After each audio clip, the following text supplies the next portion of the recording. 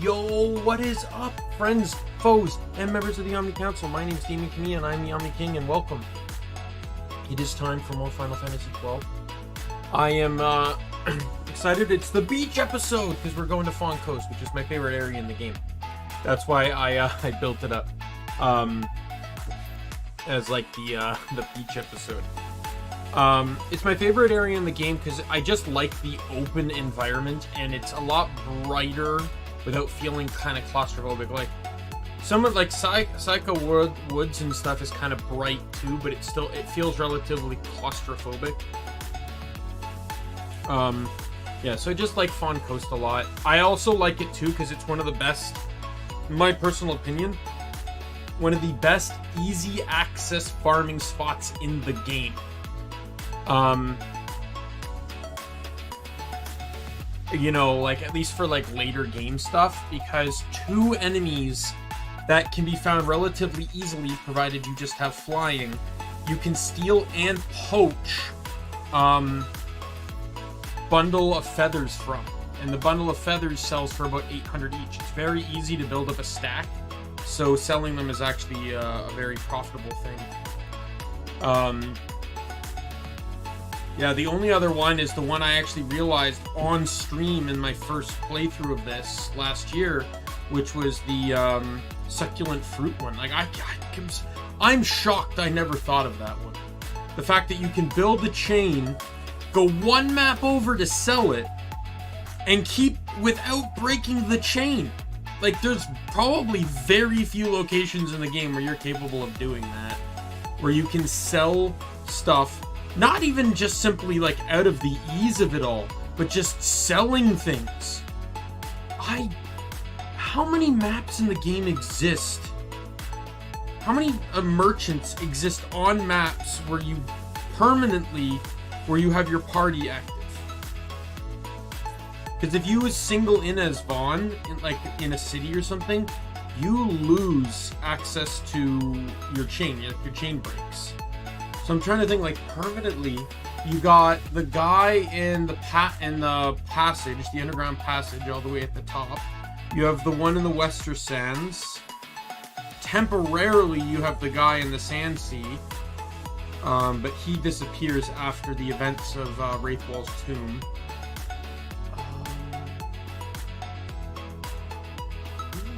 Is there another one? Or is there not? I don't think there is. I think any other vendor you talk to would break the chain, because they're all in towns.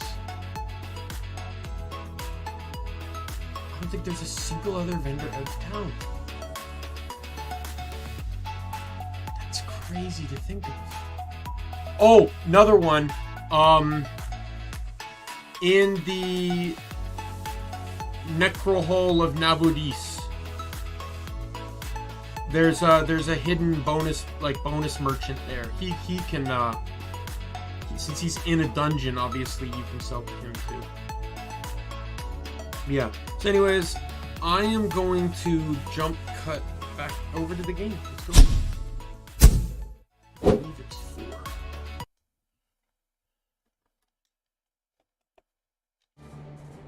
Yep. Alright, so we are in the High Waste.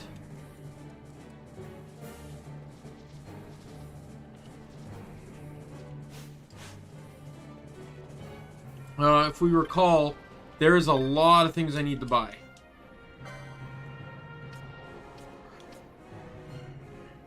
Oh, and by the way, on other news, so remember how I said I wanted to play through this game on my own? You know, potentially with a more creative and clever build? Because I won't be doing that on stream again. I actually figured one out. So I was looking stuff up. It's mostly just comes down to Esper combinations and functionality. So I got Black Mage and Red Battlemage, utilizing Exodus and Shemhazi. Shemhazi's not really important, but Exodus gives Red Battlemage access to 3 of the, I think it's heavy armors 8, 9, and 10. 10 is the Dragon armor set, which boosts ice and wind. So Aeroga and Blizzarga get get 50% enhanced. Meaning I don't have to use a staff to use those spells. Right? So that basically means the staff slot is open for that. With staff or mace, however I want. Right? So basically the only elements I don't get boosted are earth. Though technically I get earth boosted because it's on a mace. I just don't have a spell for it. But mace does use magic as the formulation for an attack. So it's interesting to say the least. And I think holy is the only thing I don't get boosted. Vaan is Knight Shikari with 4 Espers. Gets the Poison Esper, so he gets access to Protectiga and Shelga. And then the other 3 are Hashmal, Mateus, and let me just show you here. Mateus and Ultima, which unlock various white magic abilities. So this is one of them. This is another. I think that one's Mateus right there.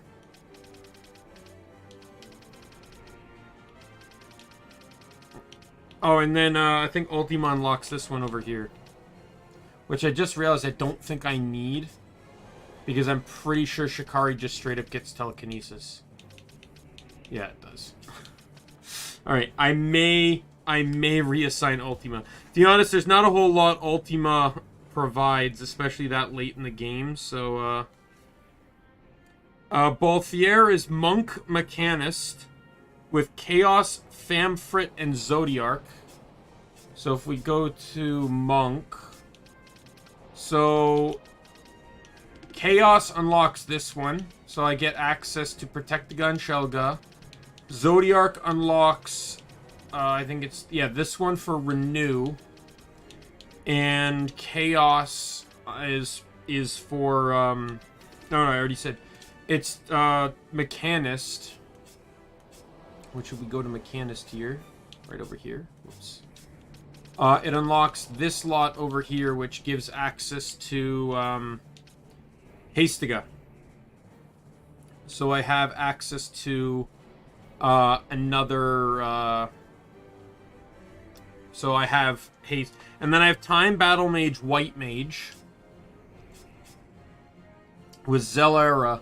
There's really nothing that actually provides, not gonna lie.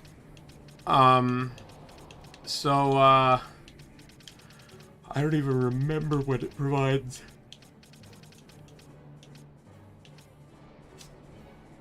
What's the... It was Time Battlemage, right?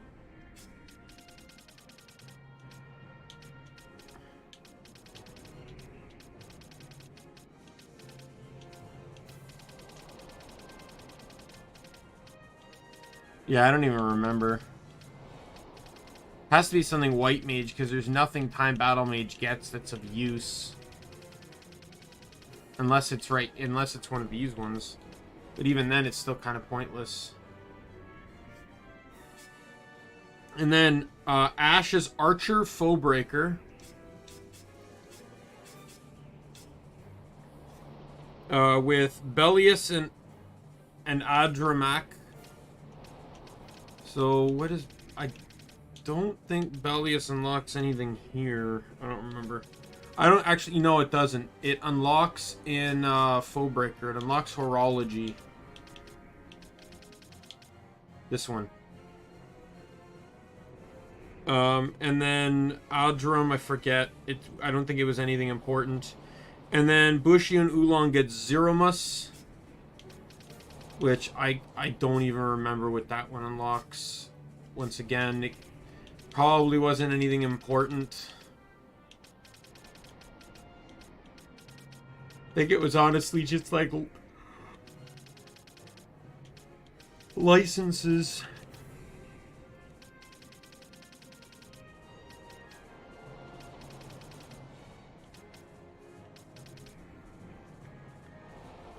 But yeah. So the Knight Shikari one is just another DPS support. Monk Machinist is another DPS support with item utility. Penello is just pure support, or White Mage, Time Battle Mage. Archer and Foebreaker, sorry, is just straight up DPS with item support. And then Basch is Bushi Ulhan, which is DPS with some item support. In all honesty, the whole thing really utilizes a lot of like wind and ice, because almost everyone in the team has has access to the dragon armor. Everyone but Balthier and Penello. Balthier can only, with Monk and Machinist, can only access light armor. But I looked into it. If I forego some magic defense and run I think it's the Vikings hat, I can get a 50% boost to water, and both gun can get aqua shot, a water bullet, and Monk, the second strongest pole in this game and under the mod, is the Whale Whisker, which is hydro, which is water damage in the mod. So I can get a pretty solid water boost. And then Penello can get, if I forego just a bit on the physical defense side of things, I can get Gaia Shirt, which boosts earth damage. And Time Battlemage gets Quakega. So that could be a very powerful benefit for Penello. And then I could also use Holy Staff, which can boost Holy as well. So, or Holy Rod, I mean. Archer and Foebreaker, so you got the heavy armor to boost ice and wind, which would benefits Foebreaker because of the knuckles. The knuckles have claws for both of those elements. However, bow also gets fire, holy, and earth bow weapons that enhance elements, and all three of those come in arrows. So that can be beneficial too. Though the burning bow is not going to be very late game viable. And then Bushi, I actually checked this one. Bushi Ulhan can actually be dangerous. Now, if I could gain access to Chaos, I'd have access to Aeroga, and it would make this even better. But I can actually I think it's like the third or fourth strongest katana in the game. Let me check. Yeah, so it's the fourth strongest katana in the game. 98 attack versus 100, 104, and 125. The 104 has a 15% chance to confuse in his Dark Elemental. The 100 is one-handed, and the 125 doesn't really say anything specific. It's just a massive damage boost. However, the wind one has a shorter charge time on the combo. All katanas have a 31 charge time, but this one actually has a 24. So it would actually, with a 50% boost to wind, as long as an enemy doesn't resist wind, would actually out DPS most things on this list. Not just by damage value, but straight up just like just by straight up speed. So that alone is insane. And the fact that Ulhan could gain access to Aeroga would make this so much better. I could literally have a Wind Wrecker. I just have to think of a means of attack outside of wind, which is where like the problematic part of things come in, because there's no other, like, Ulhan doesn't get any other high late game offensive natures that isn't Aeroga. Like, they don't get Fire Ga or Thunder Ga. They only get the raw spells. So you'd have to switch weapons if you didn't do that. But that's kind of the same across the board. Like, even Archer and Foebreaker, I keep saying Bringer. In all honesty, though, I'd want to really check this out, because like Fran would, or the Red Battlemage Black Mage combination would literally allow you to boost multiple elements without having to change anything, which is very valuable. Monk Machinist would be water. White Mage Time Battlemage would be earth. Archer Foebreaker would really be like it can be ice and wind, but it can also be holy and earth, as those are late game bows. Ulhan is specifically wind. I really need to kind of see what I could do for Shikari, because it looks like it would just be wind and earth, or wind and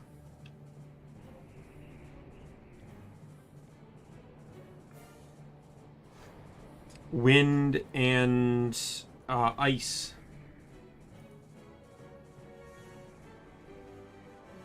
You could technically get water, but I don't think there's any late game water stuff. Oh, well, technically on sword. Second strongest sword in the game is water elemental. It's the Simha.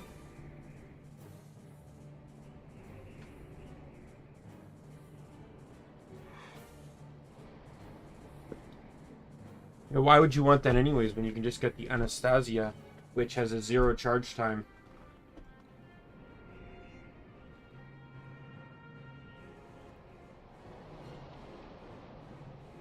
But yeah, that's kind of where I am with my for fun build. Sorry to waste your time on that one. Alright, so I need money.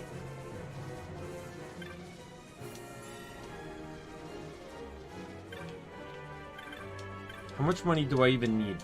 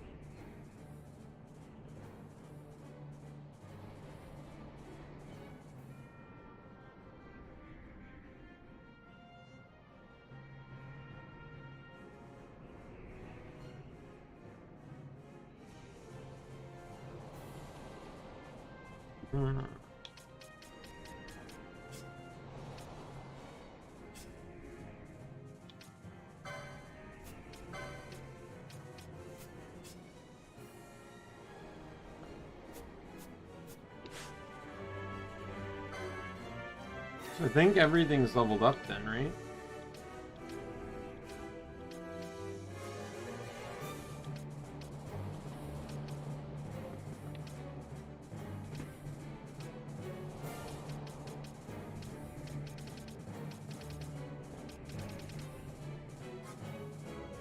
Oh, no, yeah. So I still need 3 agate rings. So it says not used, but the doc I have says that it's MP gained on taking damage. So I wouldn't mind getting 3 of those. Obviously, I need to restock up on high potions. I got 2 techniques here to buy. 3 techniques here to buy. There are 3 spells to buy.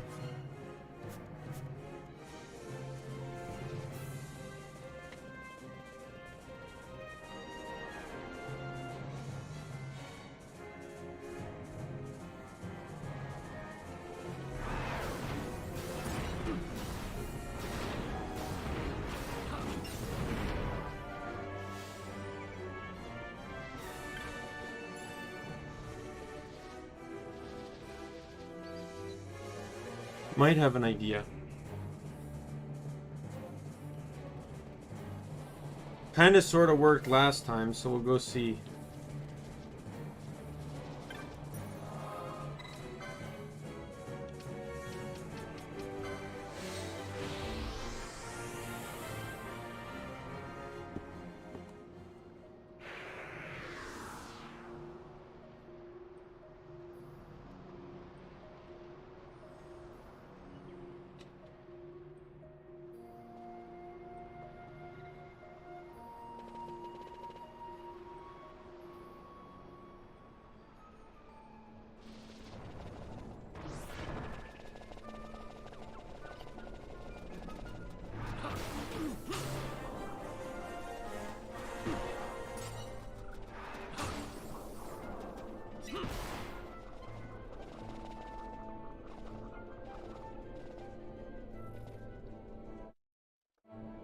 But I kind of like how the mod changed things a little bit, like how red Battlemage is now the only class that can get a boost to dark, and white mage, it's white mage and archer are the only ones that can get a boost to holy. Basically, the only characters that can really get direct boosts, like a lot of the elemental boosts are now on weapons, meaning only those classes can specifically get them. In a lot of cases, they're either on stuff with ammunition that can benefit from it,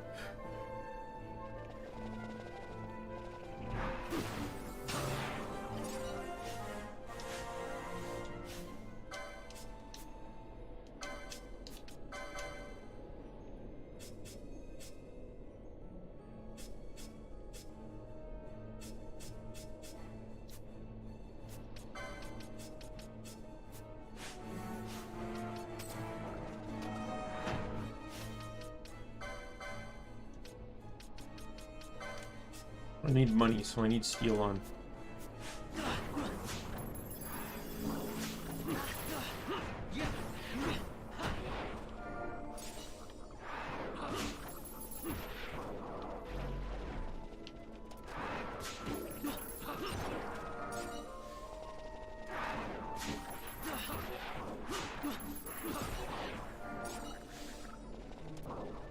Like, I was looking at a guide, not so much because the guide was accurate or anything, because it wasn't it was a guide made for the base game, not for the mod. And the guy was like so set in stone with having this optimal build. He's like, this is how you should assign your Espers because, well, because like, because this, you know, giving it to this class is useless because they're going to be paired with this class. And it's like, okay, but what if I'm not pairing with that class? Like, his meta thing was like, now don't get me wrong, some of the comps are like very well common, like Foebreaker, Shikari, Knight Bushi, White Mage, Machinist. Very common comps. But then he's like, Black Mage Monk. And I'm like, what? I've never heard that composition before. Especially when you factor in that Black Mage...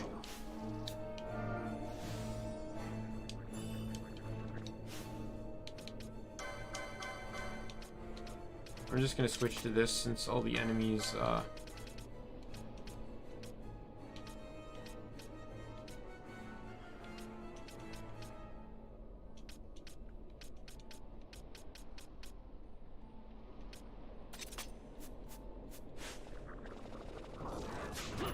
are gonna be holy now, or weak to holy anyways.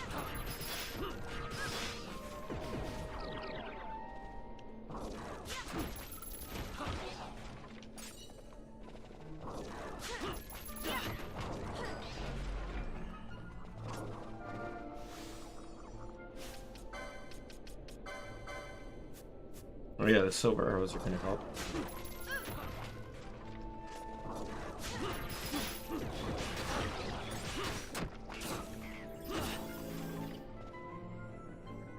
Wait for the disabled get radio.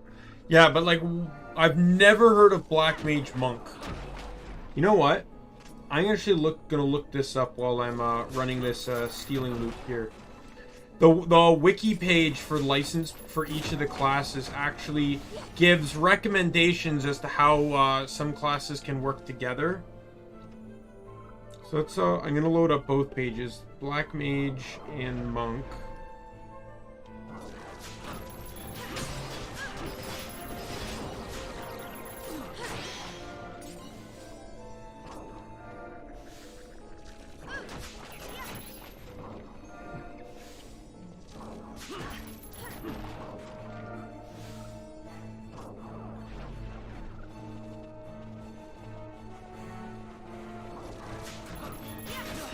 First recommendation is Time Battlemage, which could work for this mod as it does buff Earth. But outside of magic armor, there's nothing that buffs Earth damage. And in all honesty, I don't know whether I'd want to buff.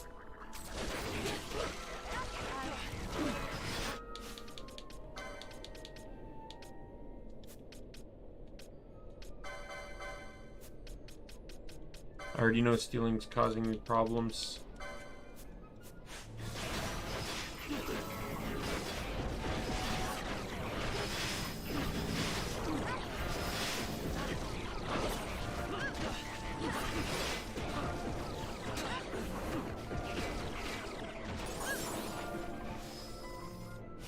Everyone hit 31 anyways.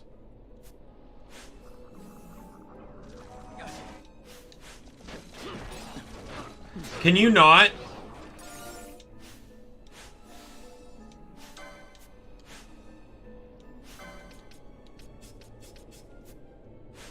Balthier is gonna hit the next level up soon anyway.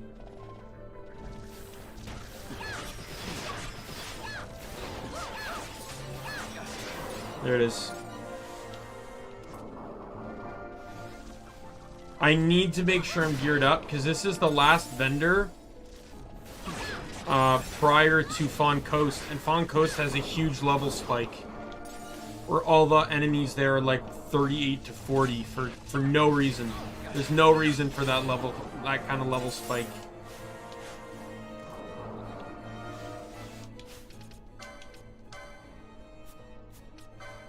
Can I buy more gambits, please?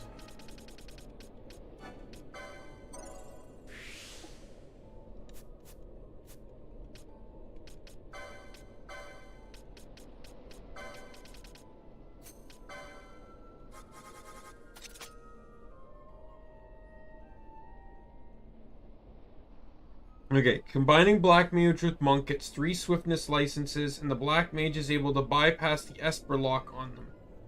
Monk has high HP and access to white magic, including Holy, boosted by the Black Mage, Magic Lures, and Ultimate Staff, which none of that applies to this mod. The Holy image is high, its casting time is slow, using other spells, matches, or eclipses damage done with Holy anyway. Monk is also a powerful physical fighter, which is useful before the more powerful spells become available. However, the damage of Monk's poles is compared to the target's magic defense, not physical defense. This combination prevents the Monk from accessing Jedi gloves to maximize pole damage. So it didn't really state anything good, so I don't know why this guy in that guide was like hyping up the idea of this combination.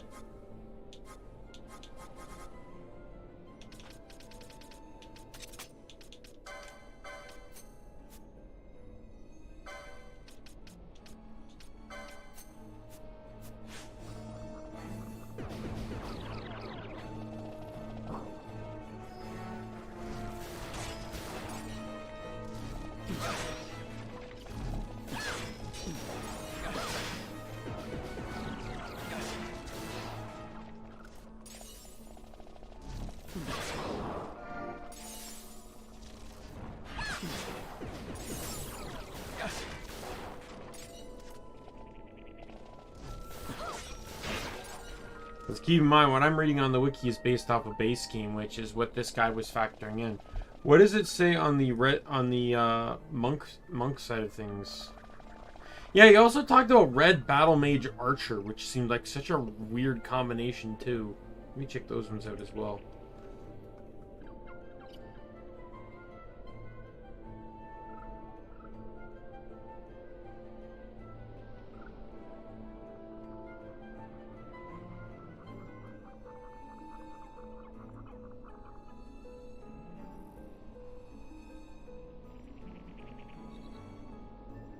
Yeah, even the Monk's page specifically says combining it with Black Mage is less powerful as the mage jobs aren't well benefited for it. Right? So Archer, does it say anything about Red Battle Mage?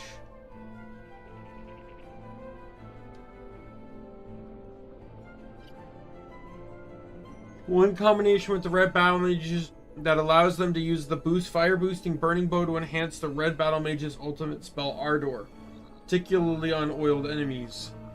Red Battle Mage also gets the medium tier heavy armor, healing, and black and arcane magics.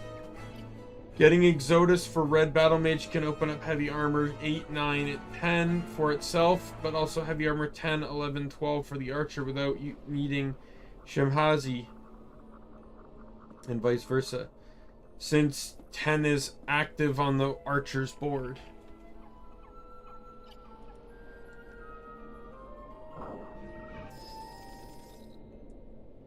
Right, and then what does it say for red Battlemage?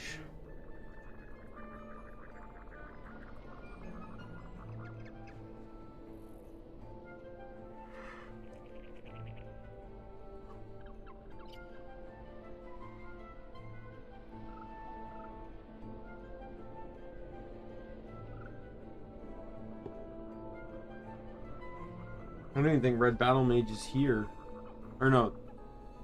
Oh yeah, there it is. Archer.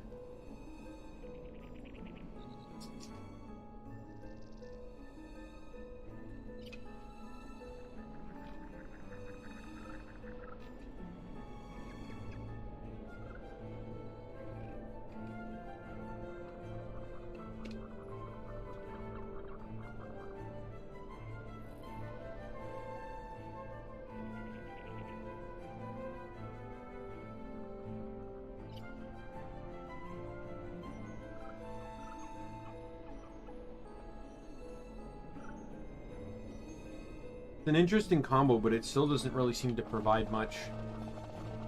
Even under the mod, I can't see it really providing much.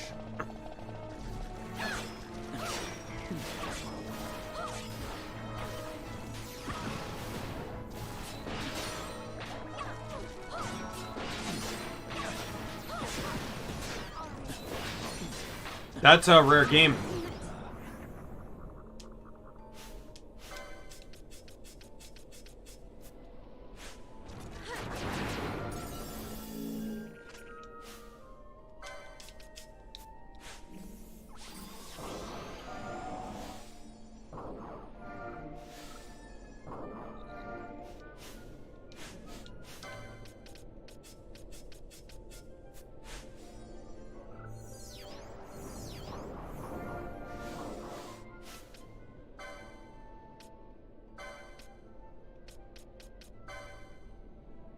With hatred enough to keep it forever chained to the world, this ring... Okay, what is the texting? Spawns in the central platform, the Grustling, Templar of the Golmori jungle. That's a typo. After the player chains at least 21 foes of the same type. The player moves near enough to the center where Gravelord is after 21 chain, Dark Skeletons stop spawning. Exiting and re-entering allows more dark skeletons to spawn. If the player has not defeated after doing this, the Gravelord will still be there. Player does this during the Vorpal Bunny hunt. The dark skeletons still spawn without the need to defeat the Vorpal Bunny, but the Gravelord will not spawn after a 21 chain until it is killed. Well, that would explain why I didn't see it last time.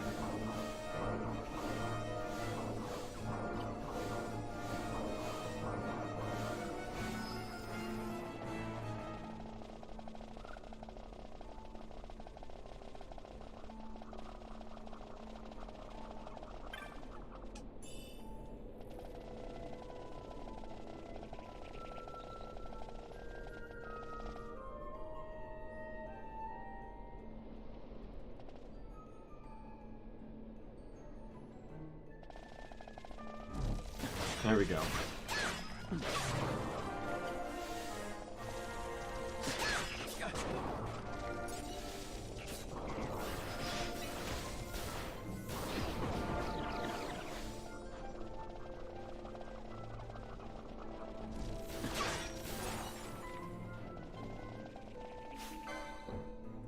Whoops.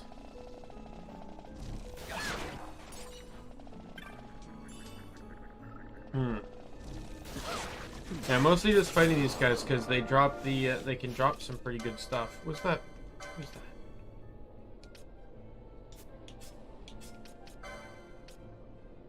Okay, so that's weaker, but I do have 2, and that's worth selling to me.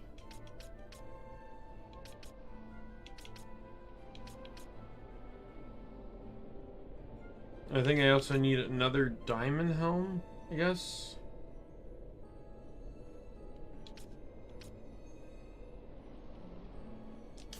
Oh yeah, it's that Vaan doesn't have the license to equip it.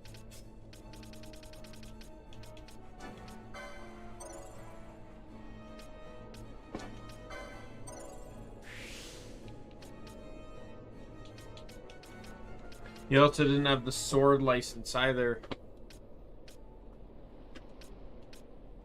Not that I'm really complaining, like, I don't really care about the bastard sword because it is a two-handed weapon anyway.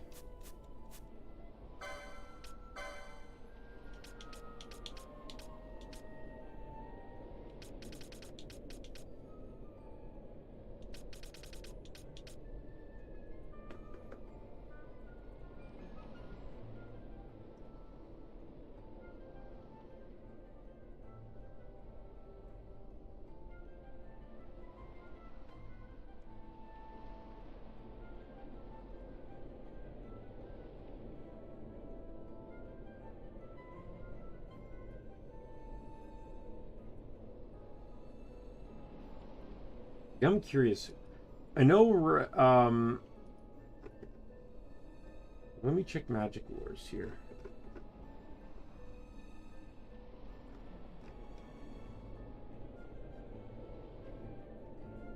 10 classes in the game can get magic, the first 4 magic lores.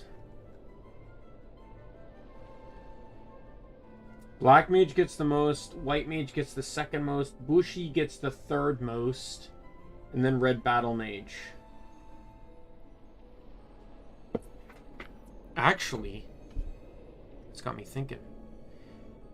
I'm thinking if I move Time Battlemage and Machinist, if I switch those two, because Hastega and Quakega are on the same license, so that actually doesn't hurt that combination.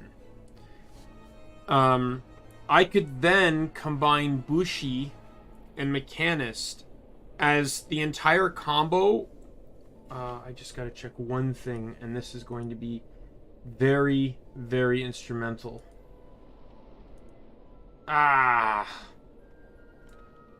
it's gonna be like the entire combo. I could run a boosted wind katana with a boosted earthquake, and then because they're opposing elements, unless an enemy is straight up resistant to both of them, the enemy will be weak to one of them.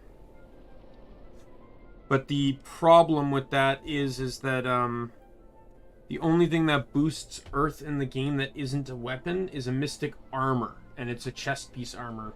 But the only thing that boosts Wind is also a chest piece armor.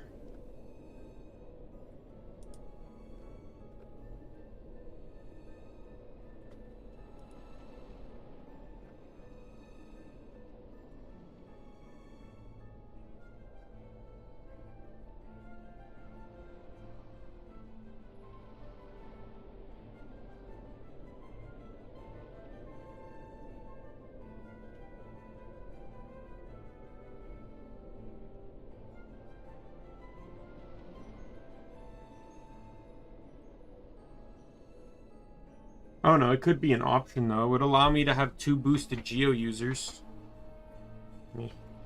Sorry, I know I'm worrying about something that's off.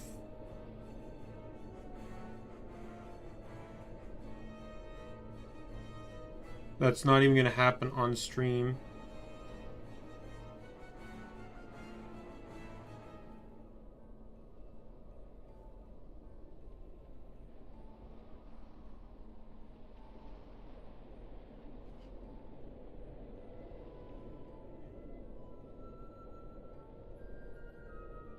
I want to figure out the Monk Ulhan situation, though, because I don't know if I really want that.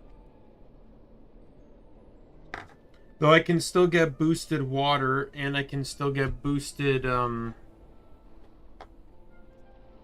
boosted water isn't an issue. I can still get, boosted, I think wind as well. I lose ice, though.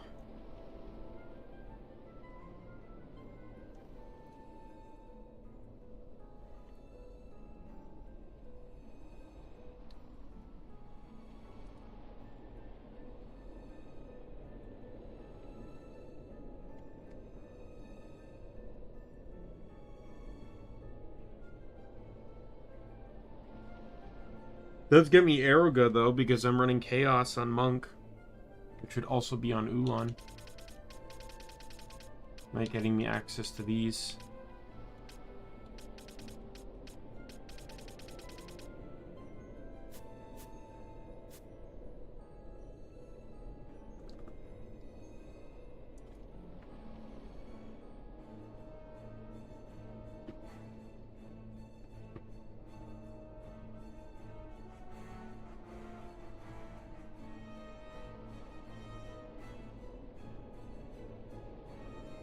Yeah, and that's really cool too with white with because gun doesn't focus on stat. I can actually get while, you know, lowering my stats a little bit, I can run boosted water and earth at the same time. And then just have drain or even holy as the backup if I wanted to. Technically, well no, that to get boosted water I'd have to run the gun but I could switch the gun to the rod and get boosted holy too, so yeah. My head doesn't stop moving on these things. As we've learned in like Borderlands playthroughs and stuff. Oh, that's the Feywood.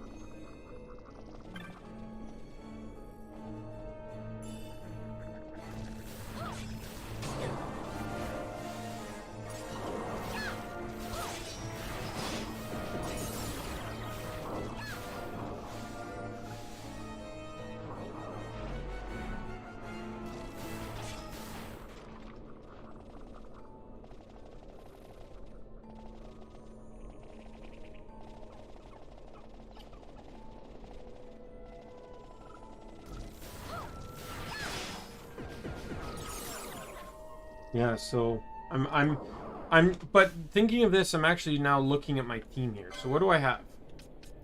So looking at this, I can get boosted electric and water on Vaan.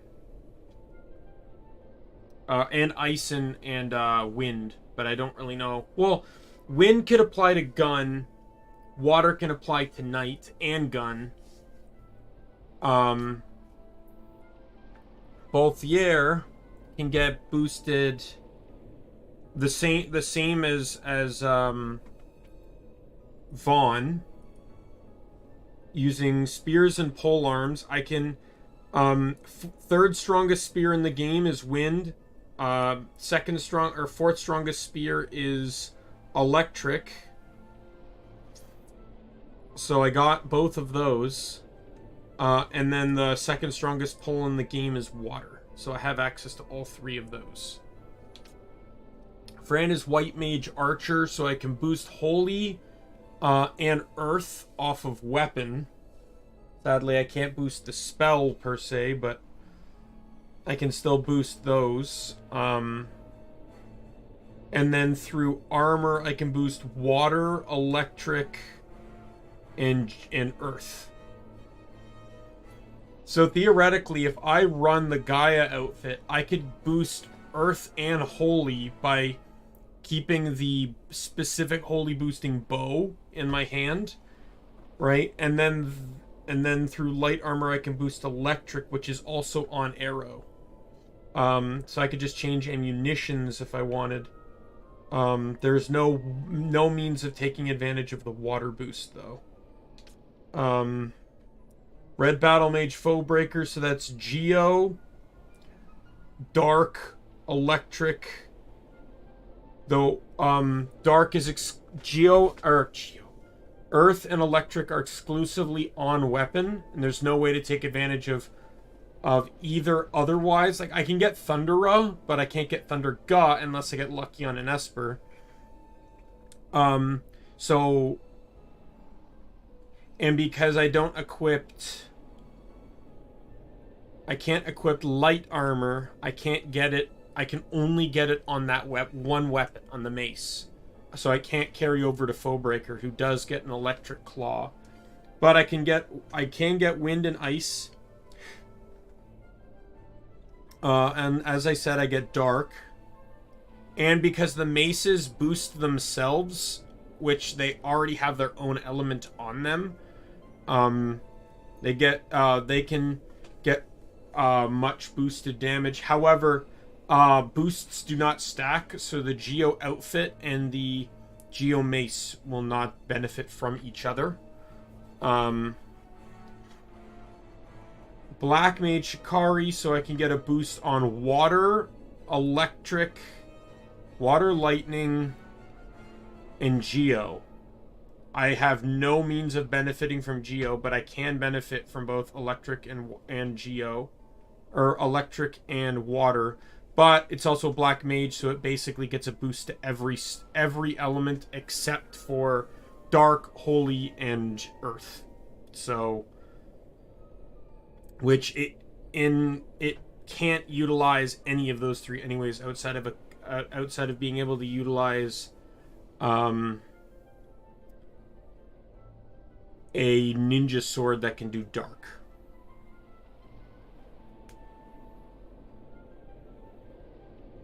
And it doesn't gain access to heavy armor, so it will not have access to holy or I didn't realize Penello leveled. It will not have access to either wind or ice passively, like non-weapon related boosts. So I can't take advantage of those. But yeah, if I run, but I can do water and electric. I just have to forego a lot of defense, because that's the Viking stuff. Viking gear is not very strong. Like that's about mid-tier. Like the hat, the pirate hat, is 25 resistance. To give you an idea, the Crown of Laurels, the strongest one in the game, is 55. 30 defense higher.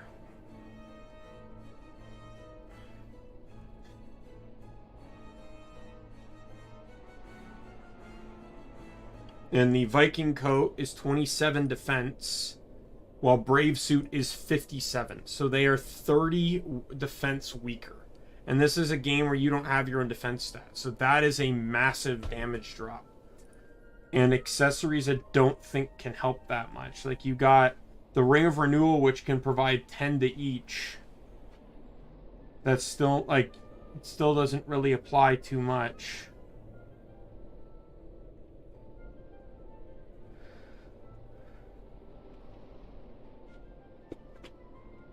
It also depends on the character too, because like, you know, Foebreaker, for Foebreaker or Shikari, like, well, Shikari and Archer I don't really have to worry about because they're Mage classes, but for Foebreaker, like, if I want to run the Knuckles, then I need the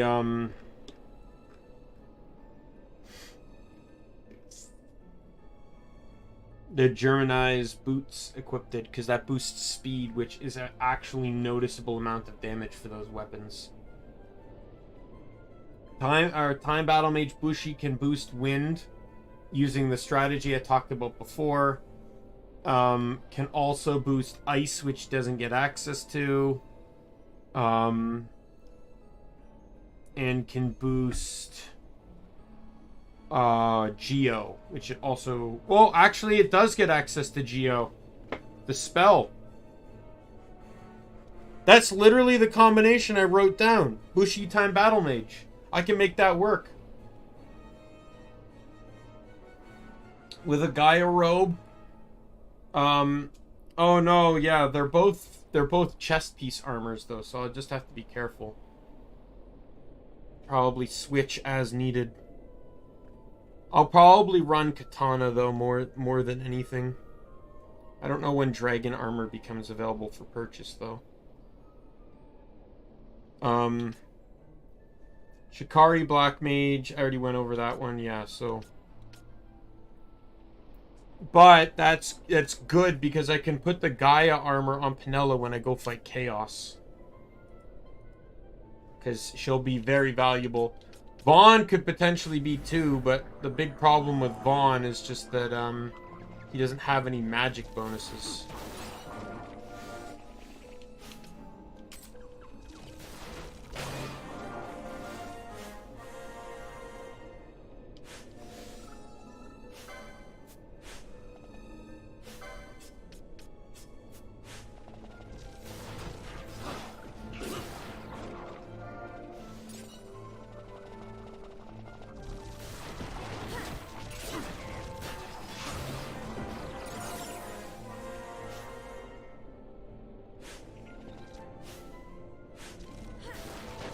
This type of theory crafting is all I gotta work with when it comes to these, when it's gonna come to these builds. Elemental boosting on main attacks can be huge DPS boosts. Like I mentioned, that wind katana combo that I talked about on Bushi is huge because while it's like 30 power weaker than the strongest katana, it has a faster charge time. Which means that with a wind boost, it can easily out DPS anything that isn't resistant to wind. And most things that are going to be resistant to wind, outside of enemies that might just straight up have resistances, are going to be weak to wind, or weak to earth, which she can also cast. So...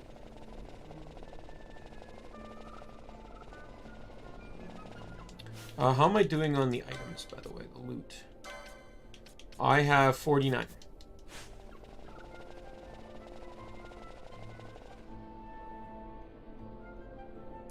This is actually good though, because this is leveling me up pretty quickly, which is really nice because, like I mentioned before, Phon Coast is going to involve a pretty hefty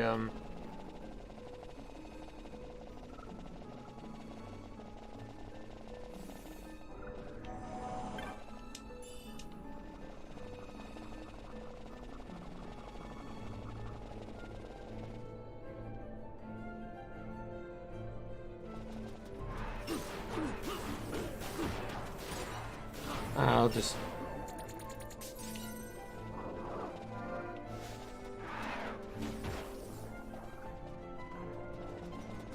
Yeah. With the whole random lock thing, making it hard for me to build based off of Espers, because, you know, so far I've unlocked 2 Espers, and they've gone to no one useful. Right? I think, what was it?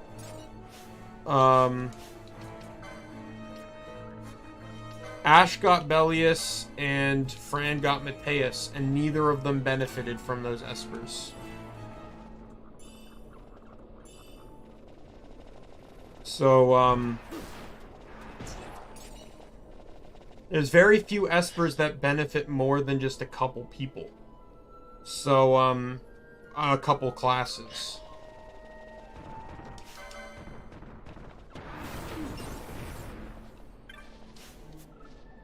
So it's going to be tricky to,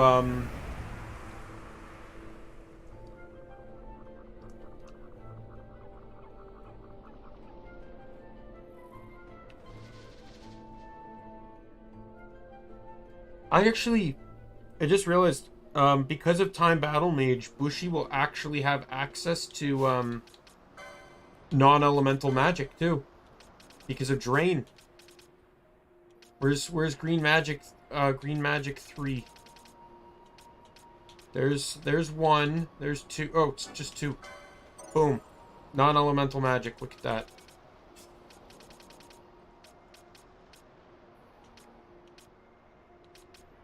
And then this is the katana. It's the Ame no Murakumo. That's the katana I want. Gaia gear is right here, which I'm close to. And armor-wise, it is 10.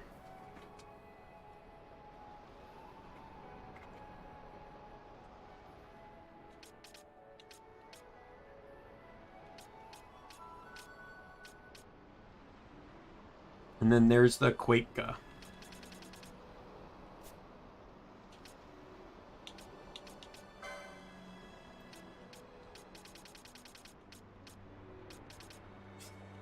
So monk, as mentioned, it's this one right here that's going to have the boosts.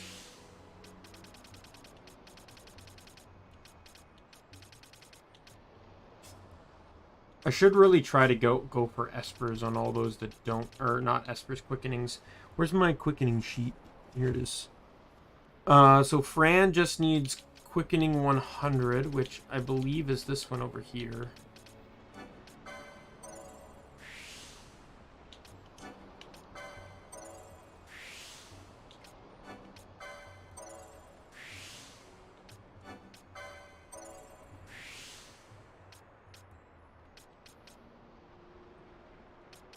That's not bad, because it means, like, while a race is... Okay, so it removes all statuses, so even positive ones, but if you use it on the... and negative ones on the enemy. But if you use it on an enemy, it's basically a technique version of the spell, but the consequences are that it just strips everything rather than just the positive stuff. Okay, so she... was it? Basch needs 100 and 125. There's 100, so 125 is down here, right? Foebreaker is going to have access to none of that. I'm going to have to just work my way down.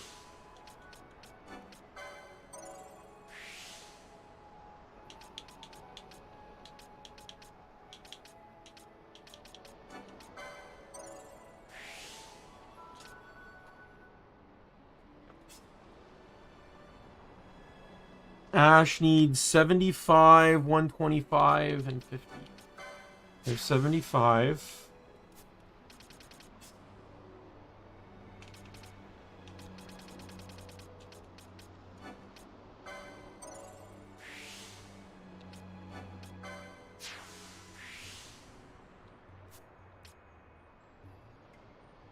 And there's that.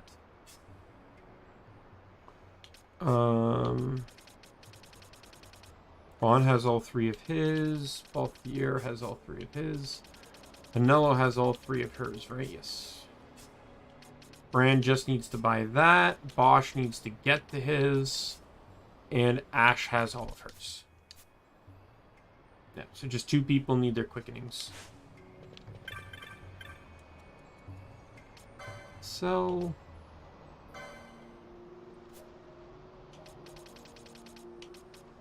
I don't want to sell that gun.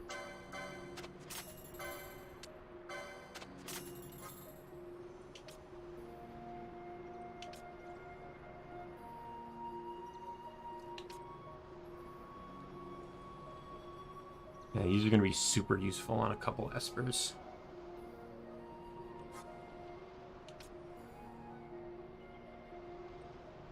Did I? Oh yeah, I remember where I got those.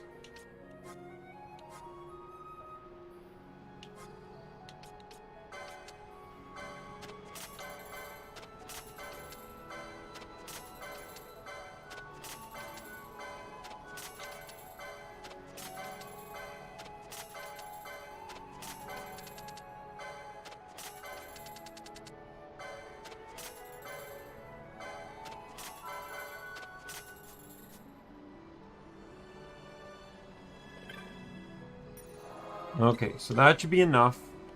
Hopefully. Let's head to the high waste.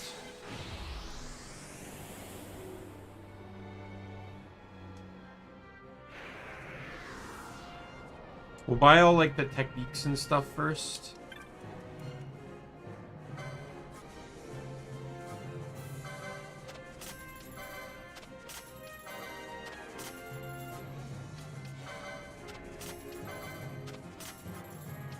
And all the high potions. Okay.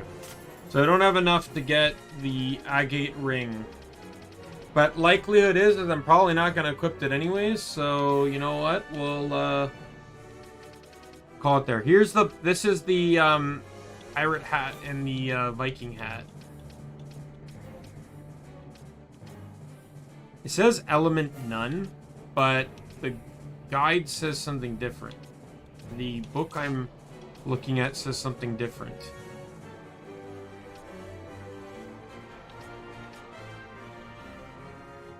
There is a way to check for this. If I can buy the Viking coat and get it on... Actually, Fran can use water, so I can test it on her. Since she can already equip it.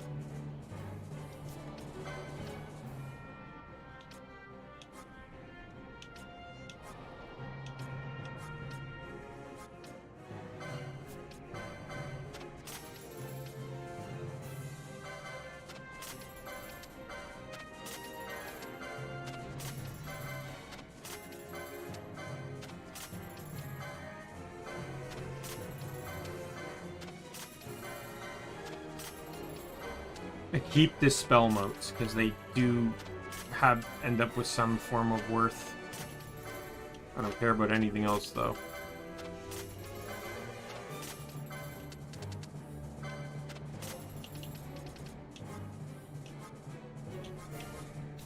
Okay.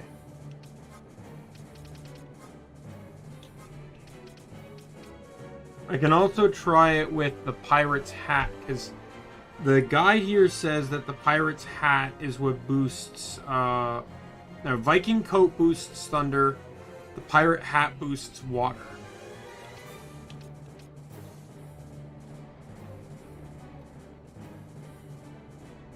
So what we'll do is we'll buy the coat. I should probably have just equipped that. I need a control. You're not using anything that's going to,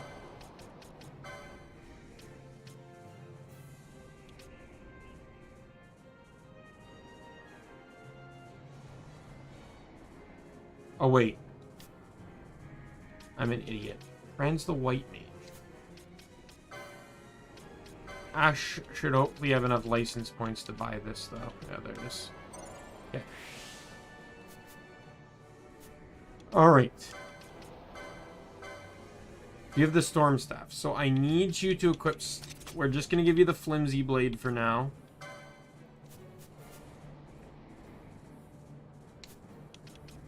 I'm going to... I don't need...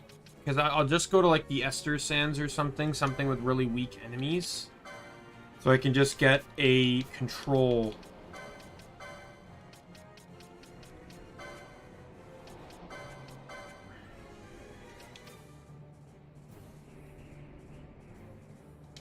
Alright.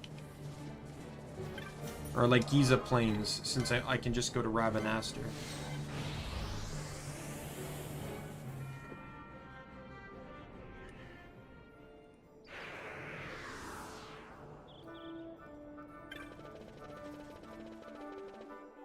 That's a good thing it's a dry.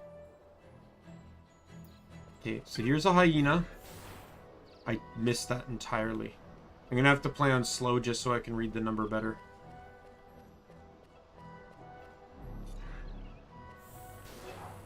$1931. Okay, so that's how much damage that did. Now let's equip the Viking coat. So this is supposed to boost lightning. This is supposed to boost lightning damage.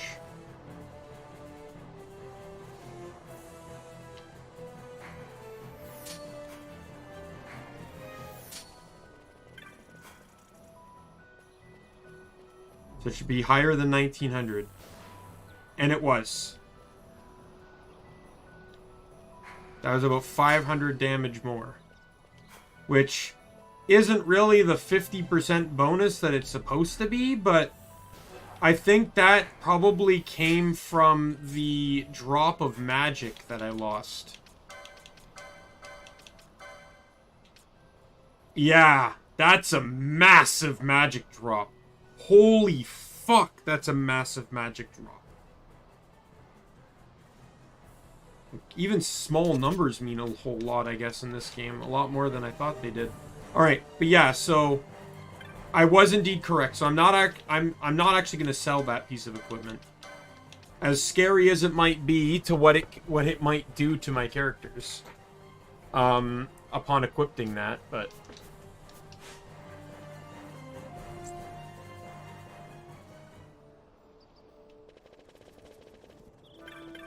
some characters, it might not matter. Like, if I want to just straight up run gun on Vaan rather than gun blade.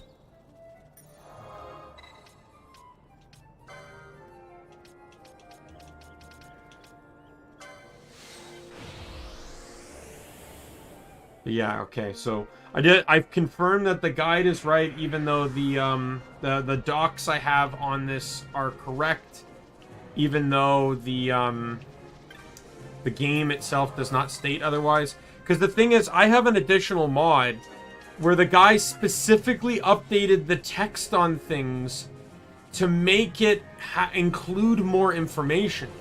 So the very idea that this guy did that and then still left out information is actually kind of a bit boggling to me.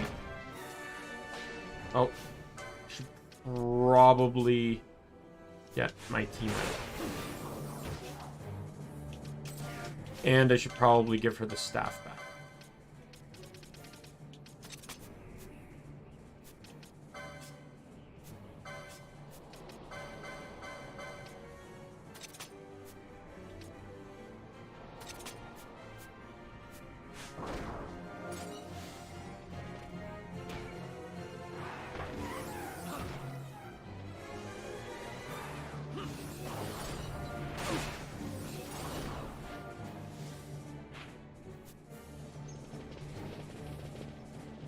I'm actually going to do one thing here quickly, I think. Is it from... I forgot which side it's from.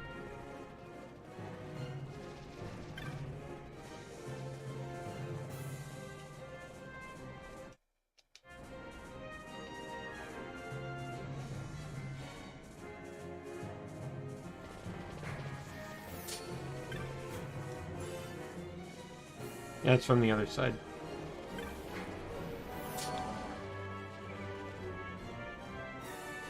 I do just want to check one thing, though, really quick. Hunts. There's a hunt coming up on a map that I have to walk through. And I just want to make sure I've, like, started it or something. This one here, I think. I have not started it. Okay, let's go start it then. I completely skipped that city, so of course,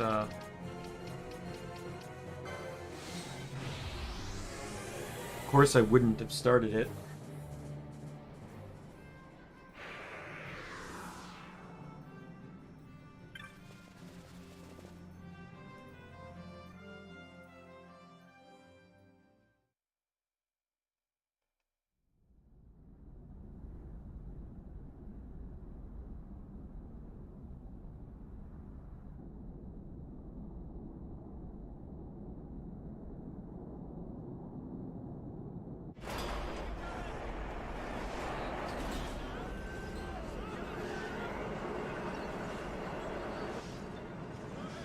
Is this giving me a cutscene for a city I've already been to?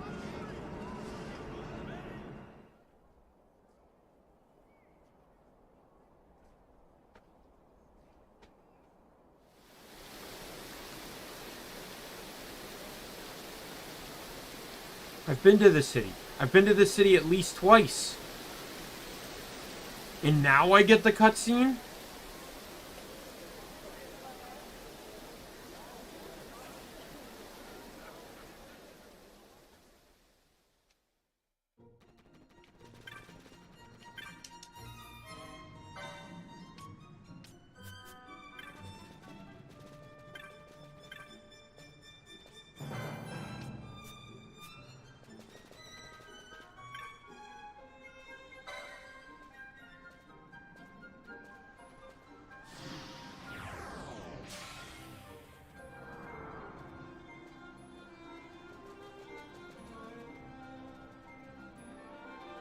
All right.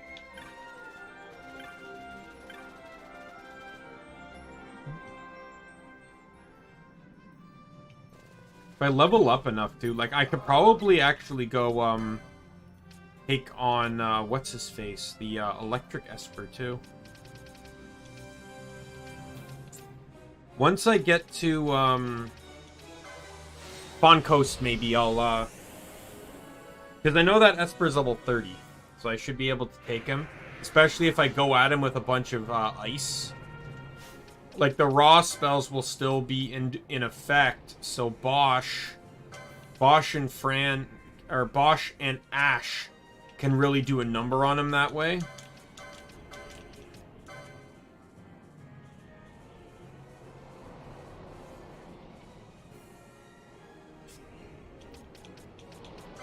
Really put these on.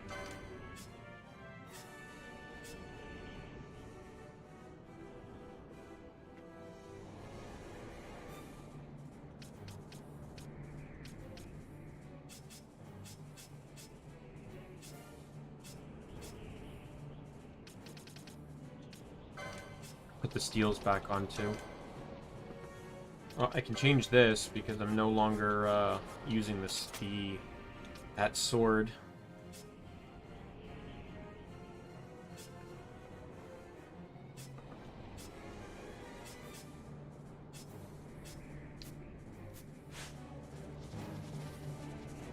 All right. Let's continue on the journey. Whoops.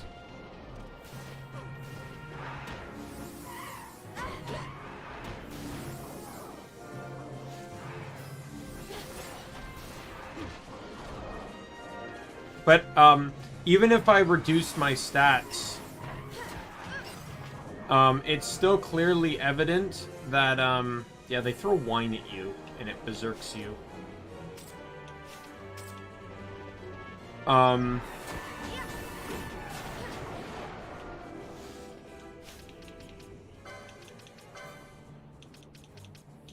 You don't need to do that right now, by the way.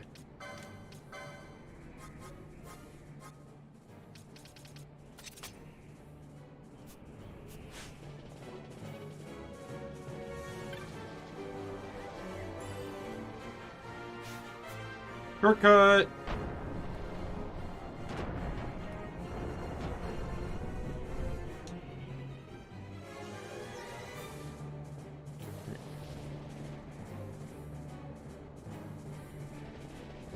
Here's the I think the boss is... Yeah, he's coming up. He's in the next half of the map.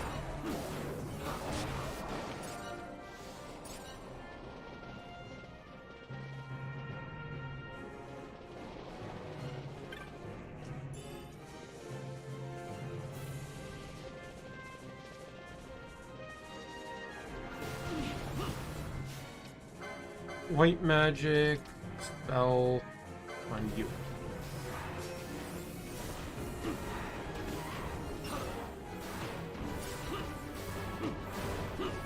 Beat him up! Beat him up! Break his neck! Break his neck!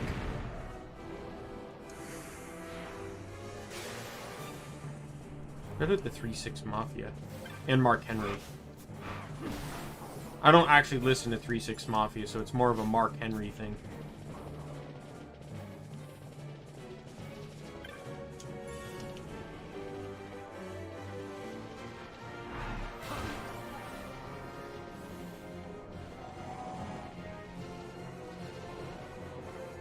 This takes me into, yeah. Entrance to the Selka Wood. There's a chest. Elixir, Gill. Dun dun dun dun dun dun dun dun dun dun dun dun dun.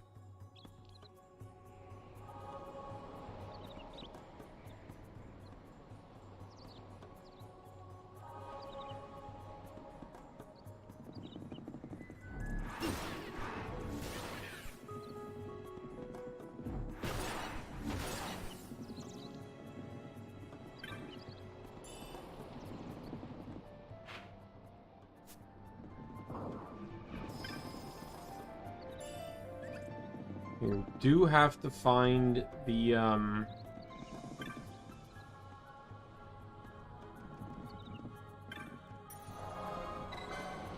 So there's several places I want to swing by first.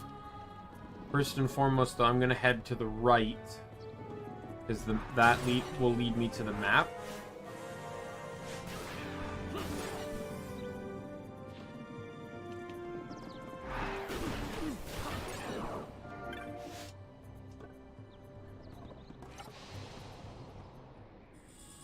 There's the map. So now I can see everything I need. So I need to head over here, this map here, to start the mini quest to collect all the dudes. And then I want to head here because this is where the orange save crystal is. There is a mini boss, like technically a full boss, but like he acts more or less like a mini boss that I can fight.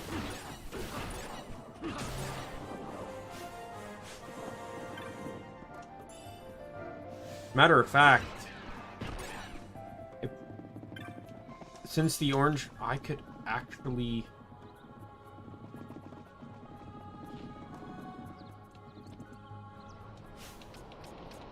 Let me check something here. Power of this is 67. What's the power of water? 37.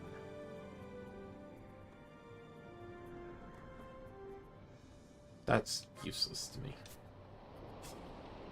Even boosted, that would be garbage. But I have Aqua Shot. So I can change his attack to water, and I can get the Pirate's Hat, which will boost his gunshot against an enemy very, very weak to water. I just have to be careful because I can't equip the shield when I do it. And obviously, it's a fire enemy, so...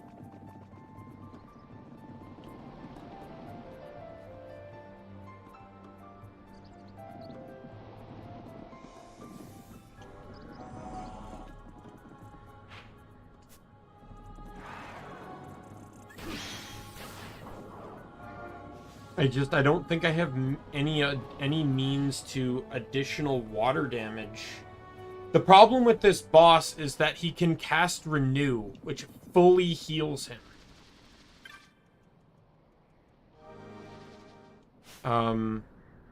Doesn't Knuckle get hydro ammo? It's not. Arrow does. Bow and arrow does. And that's Fran, who can equip the armor I'm talking about. I need 1 yellow liquid, 3 water magicite, and 5 bat fang. I think I have those, don't I?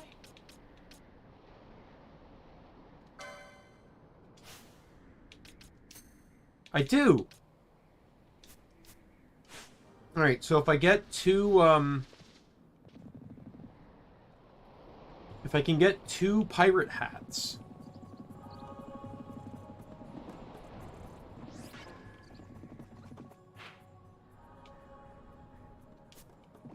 This will be a joke.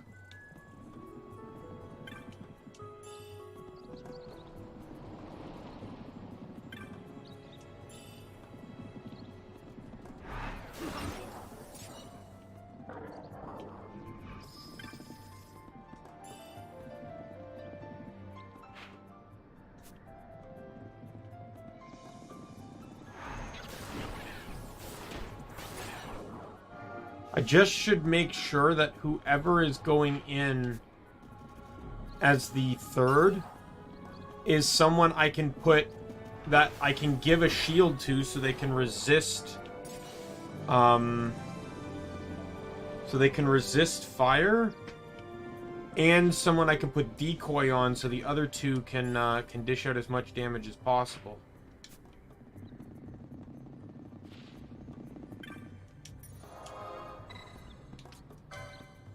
Alright, let me head to the high waste.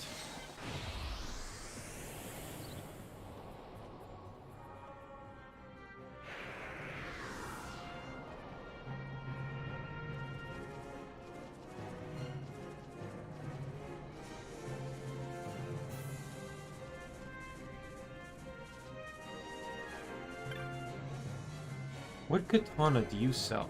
You sell this one. So the katana before this was water elemental. However, she cannot equip the gear because she's a mystic and a heavy class. So she can't get boosted, but I could go get the old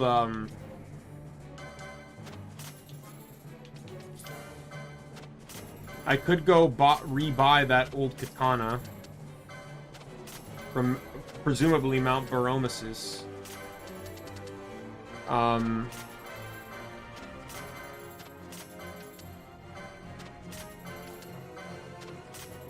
And just try to sweep this guy. No one's going to have resistance to should be good to point out though that no one can equip shield if I do this.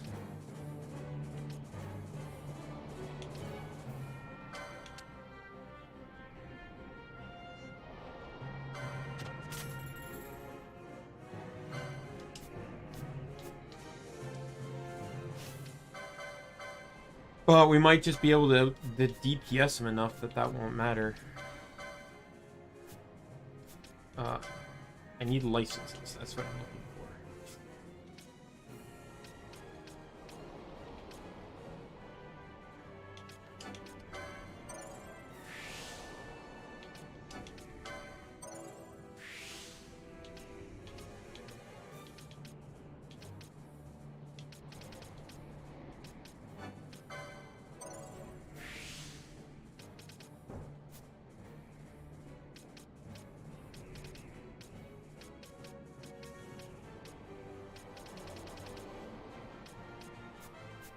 Alright, so I have access to the licenses.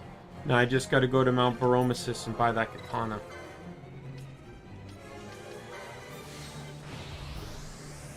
Murasame. Same.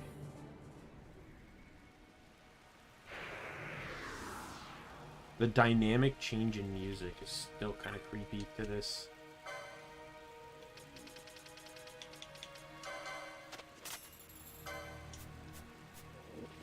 Okay, equipped.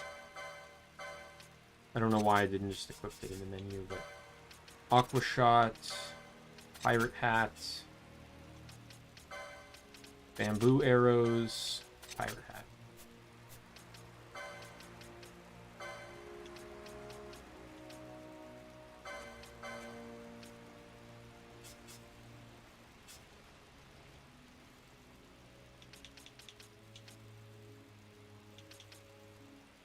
This shouldn't really matter here. Alright. Teleport to the Salika Woods.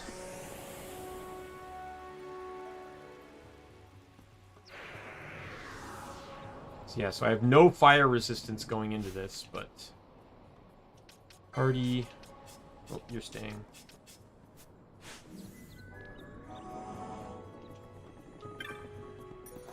Let's see how we do. Oh, I should set up a gambit for oil.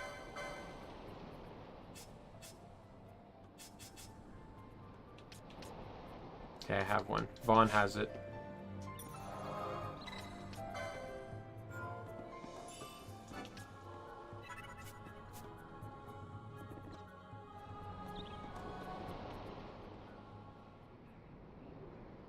So this is an optional mini-boss that blocks off some later game dungeons. All these dungeons have enemies in like the 40s and 50s. But this guy's level 30 for some reason and he gatekeeps it.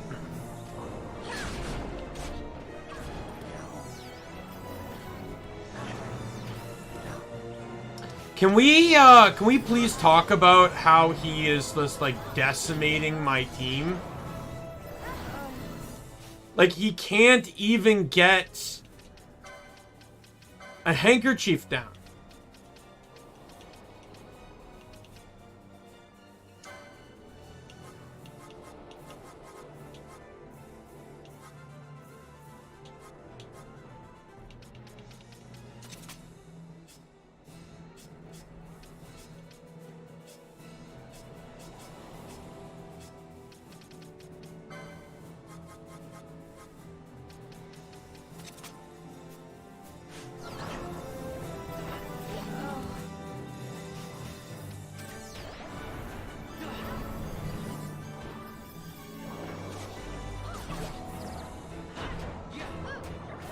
Oh, Vaan has a gunblade.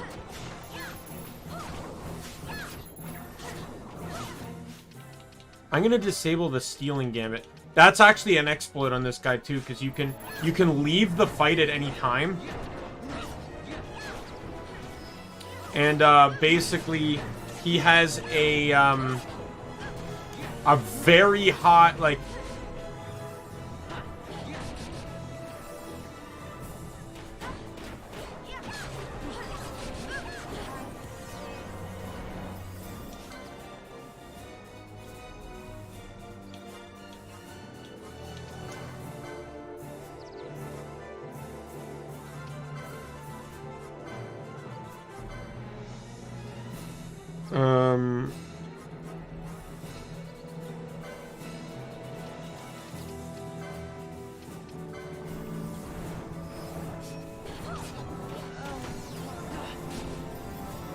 this may not be the fight for me to win right now.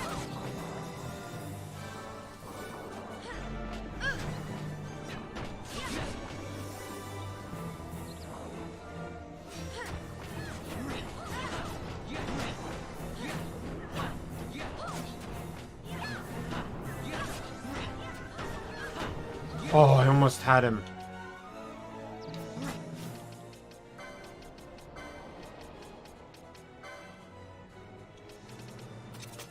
I'm gonna get that automated. I'm not letting him keep it up.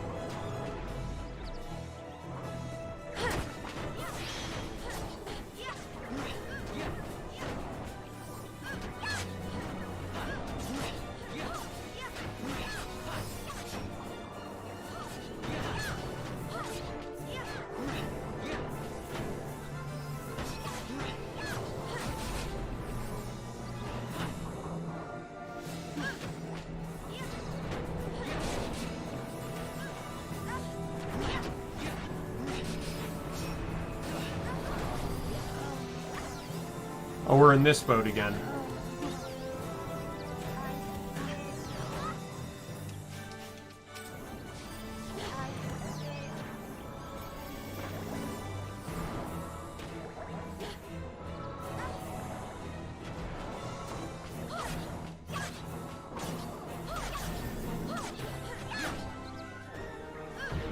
Got him.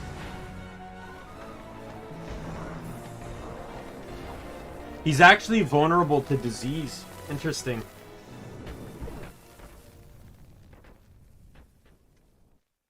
So if you hit him with disease, he'd be screwed. And he's also vulnerable to sap. Silence, too. I could have literally just stopped them from... And even reverse. Ooh, that would be brutal.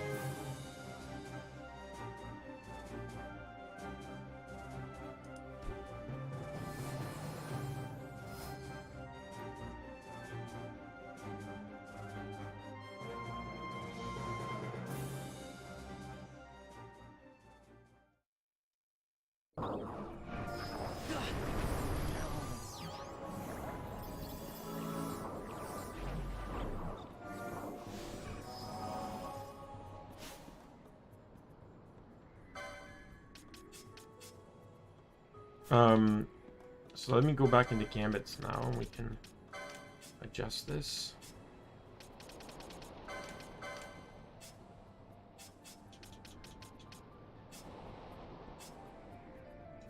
Okay.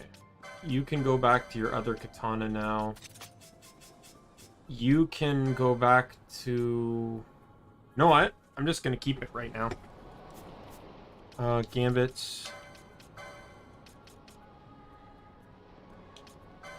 Oh. Vulnerable water. Not weak. Not immune water. Because this will get probably more damage. I'd actually have to test that with Fran. Because her magic might be higher.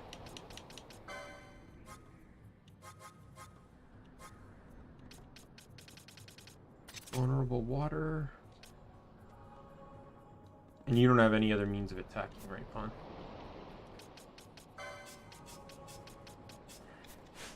We're going to test this with Fran.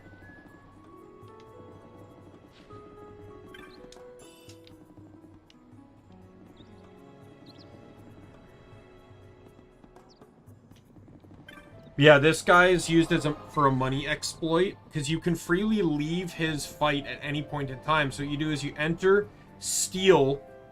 There's an item, I forget what it's called, but you steal it from him. It sells for like 1,000 gil, and then you leave, come back, and it refreshes his steal, so you just keep stealing from him.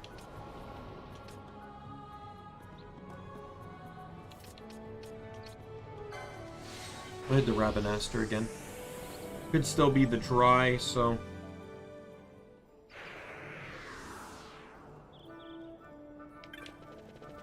I will have to double check. Oh no, it's the wet right now. Okay, well... Hyena are weak to fire, right?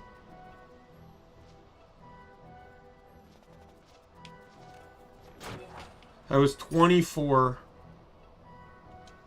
And then, so then we'll go to Gambits. We'll just turn off this one.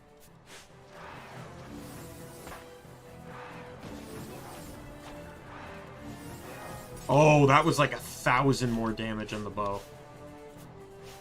Absolutely, I'm leaving that.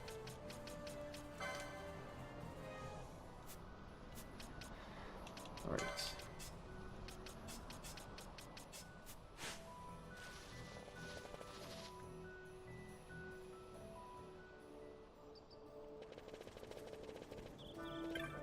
I do also have the Pirate's Coat, too, so I can boost lightning arrows as well. If I don't feel like exclusively running water. Might actually do that, actually, so I can differentiate my team a little bit.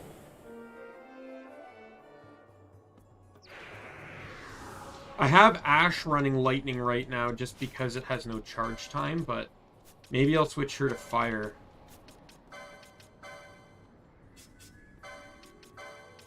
Let's go back to Black Cowl, Viking Coat. And we'll run lightning arrows, and then you get flame staff. Actually, didn't I just get Aeroga? What's the staff that boosts? Oh yeah, the staff that boosts wind isn't available yet. The Judicer's staff, and I don't believe you can acquire that until Arcades. Game was very clever on that. Normally it's the Cherry staff, which is the second staff you get in the game, and that's the same time you can buy Arrow. So it literally turns your Black Mage into the most dangerous class going into the Sand Sea, because you're hitting 1k damage. You're hitting like 4 times the damage the rest of your party is. You're one-shotting literally everything. Because the entire 2 maps are made up basically of Urutanyensa. Those crab people. And they're all weak to wind. All of them. So you just basically just smoke the hell out of them. Yeah, I just got Aeroga, but I will probably just run the Flame Staff. Wait, Gambits. I just need to convert Fran's to not immune lightning. And yours to... You know what? I'm going to switch to Blizzard. Because I'm going to be heading to Phon Coast, and the flying enemies there are weak to ice.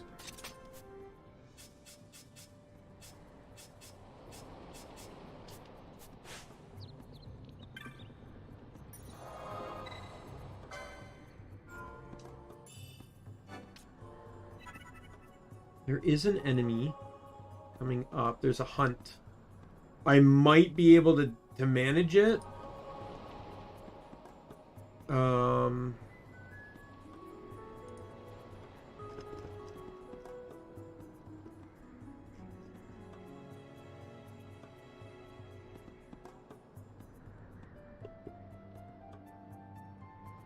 Let's just go. This guy's weak to ice, right? I presume. Yeah, he's weak to ice. He absorbs lightning, so I'm not going to want to use Fran. And he's immune to every other element. So I probably want to change you to this. You know, if I plan on using you.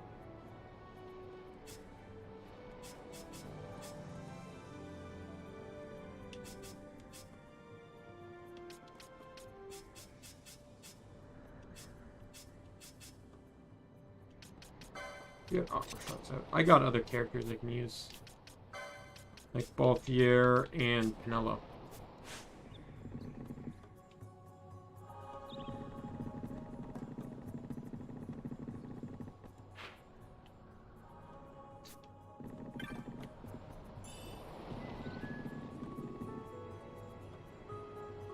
Level 30. Oh, level 35. This guy's weaker than I thought.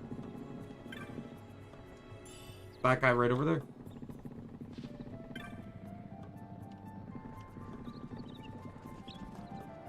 And we got the friendly brown chocobos.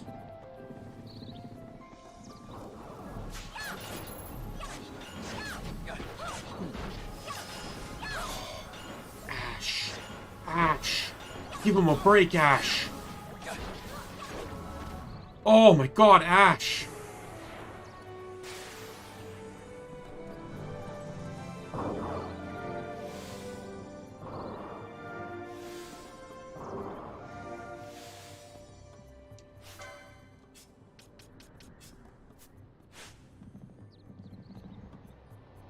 So this, I can't handle anything here yet because all these enemies are going to be in the like high 30, or I think like 40s for sure. But you get a cutscene.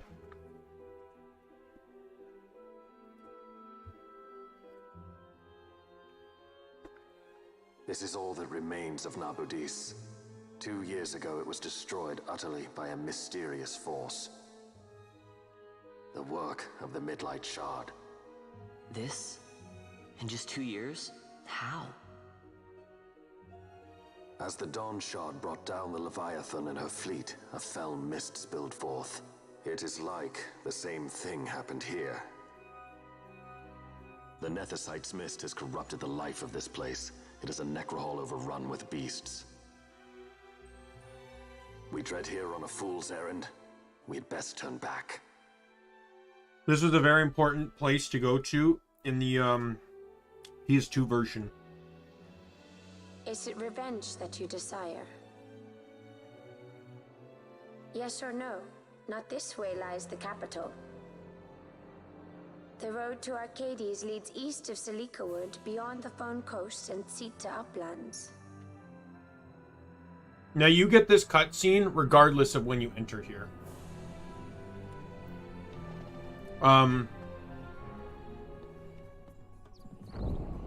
Oh, great. I really appreciate that Penello got hit when she's the one that has the ability to remove this.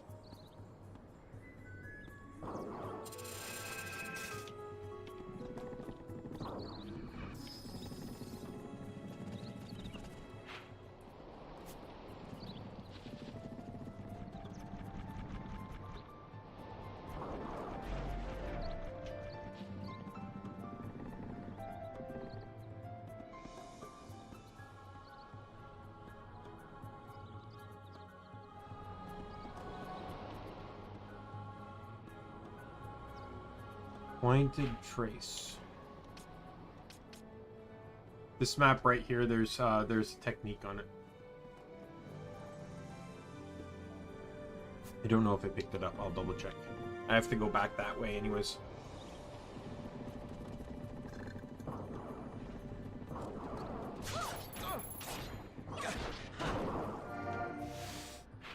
I just want to access the it's actually an area we've kind of seen already.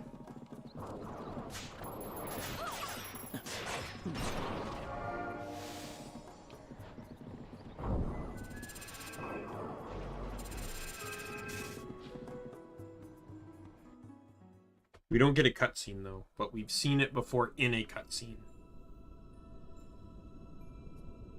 Nabradia's Deadlands. Again, this area is way too strong for me.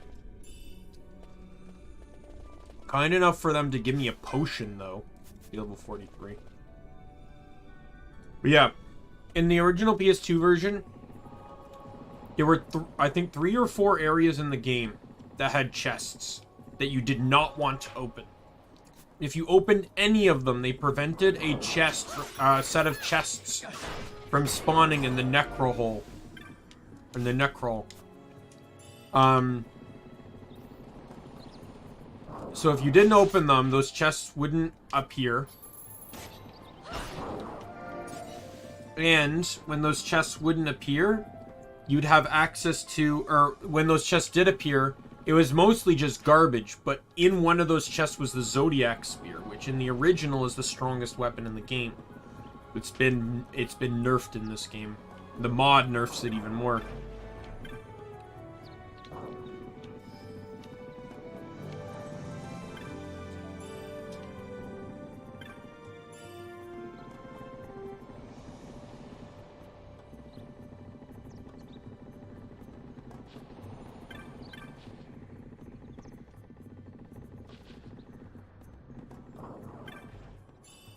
There it is.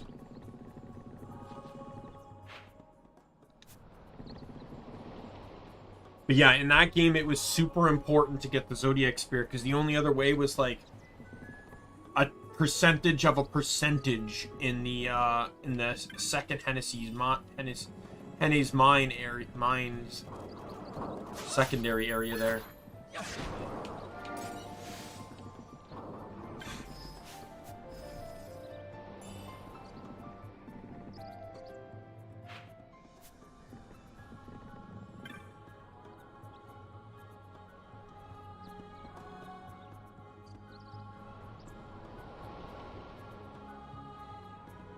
But yeah, it's, but because you can access it as early as... Actually, you could technically access it, I think, earlier than this. Because you can technically access it as soon as you access the highways, which you can do before you head south. Before you head through Osmone Plains. Right, see, provided you can survive, which you could technically do in the original. It's utilizing, I believe it's called the immobilization glitch. I've never done it myself, but from what I understand, it's not hard to do.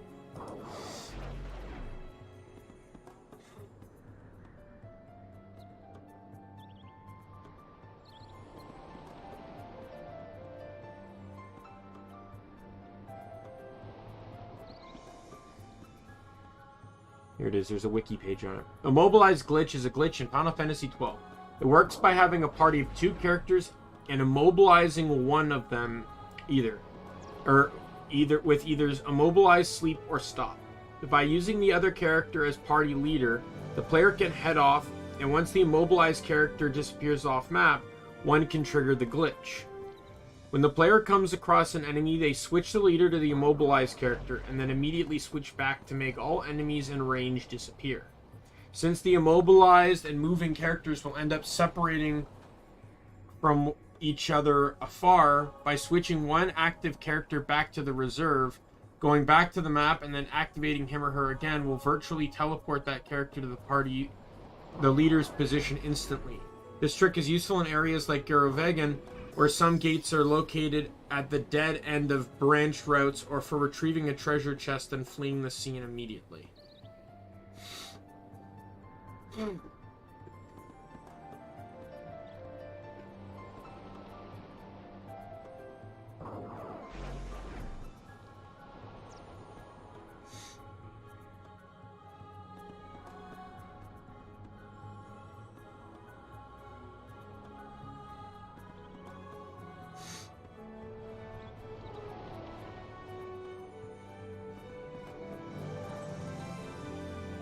Yeah, there's a lot. There's like zone out glitch. That's the one I know of. Where it's like if you leave the zone of a map before like the LP information and stuff appears on killing an enemy, the game gives you like the experience and stuff, but doesn't actually like think the enemy is dead. So by zoning out and back in, you basically trick the game into thinking the enemy is still alive, and you can basically farm like rare games and stuff. The speed run does that. What's accuracy underflow? Dead character glitch, Phoenix down glitch, and self-revival glitch. Accuracy underflow is a glitch in some versions of Final Fantasy XII. When a low-level character with extremely low magic attempts to use a status move on a target with very high vitality, the accuracy of the spell becomes less than 0. The accuracy will underflow to 100%, allowing certain status spells to always succeed. This bug can be useful to trivialize many late-game boss fights by continuously exploiting their status vulnerabilities, such as confusing Daedalus, Tyrant, and Pandemonium, immobilizing Shemhaze, or putting Fenrir to sleep.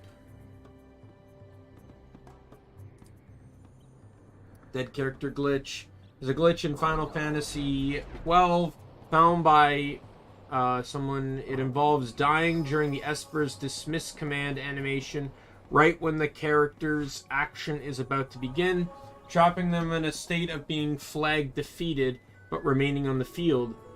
Standing in place, not doing anything. Having a character like this on the field delays the enemy's cinematics or effect consuming items indefinitely. If the right amount of effects are in use with the dead character on the field, it can render enemies harmless.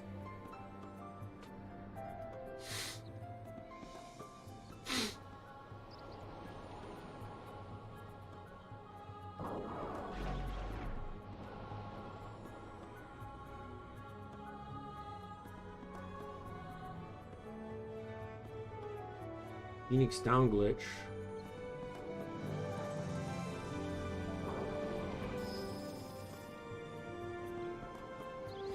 Involves using healing items such as a potion, ether, and handkerchief on a party member who is KO'd before the item can be used and is immediately revived with the Phoenix down.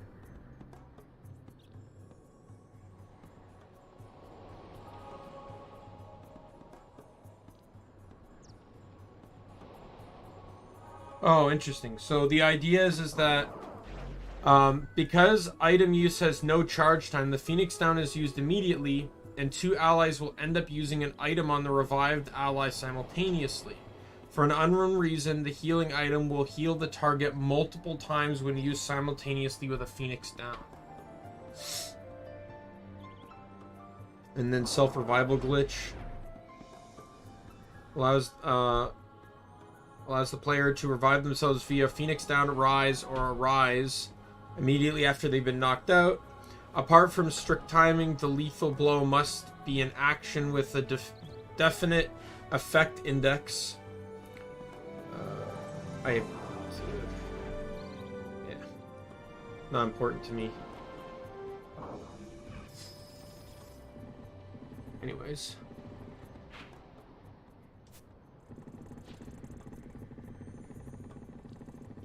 Can't wait to return to this map when it comes to defeating a mark later.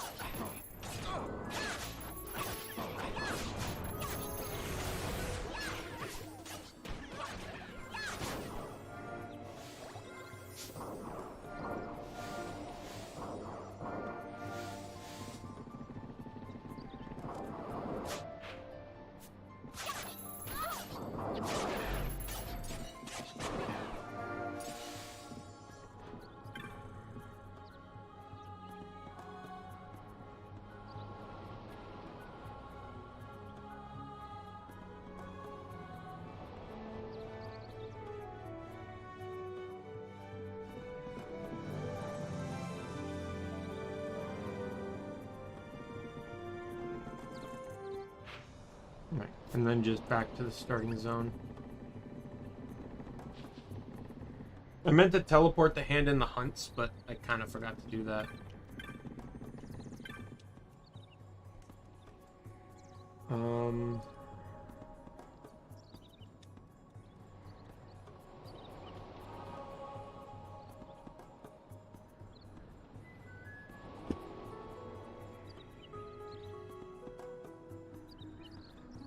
I'm just double checking for Phon Coast to see if there's anything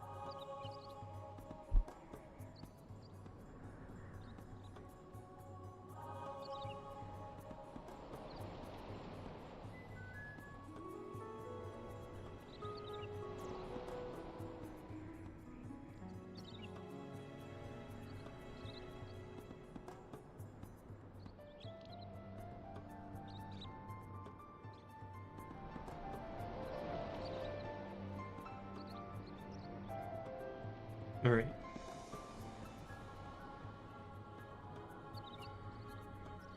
Yep. Let's go.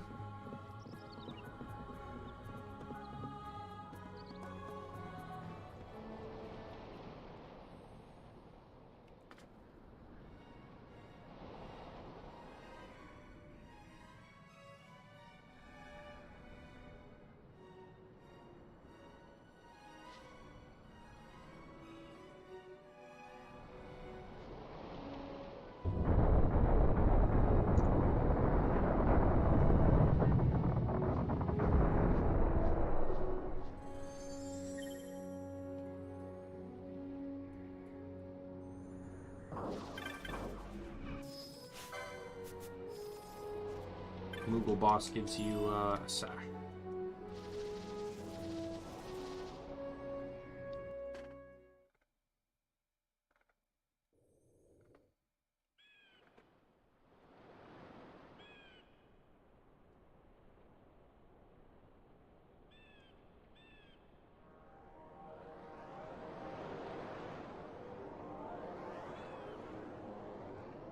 It would seem we made the right choice.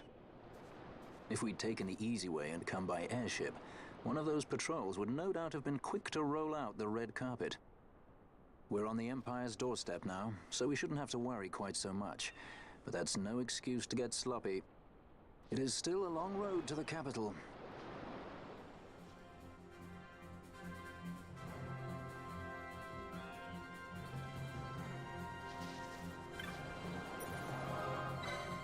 Save the game. All right.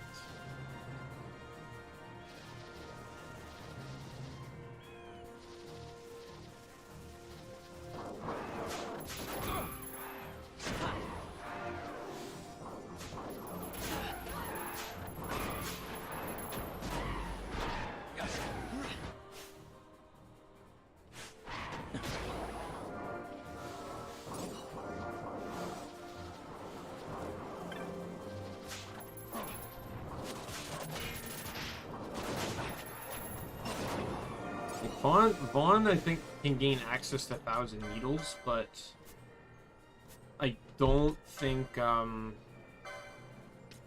own it yet. There's numerology too. I can use.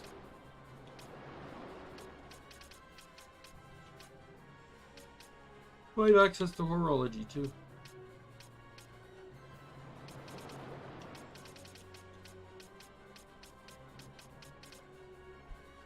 Let me check. 1,000. Archer, Bushi, Shikari. Never mind.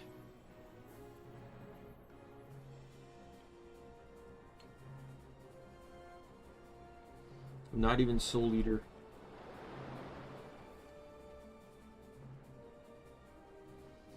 Seems numerology is the only thing I have that can hit a flying enemy.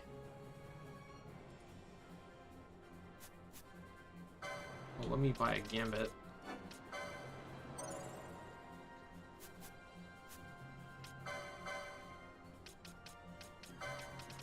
Whoa, flying.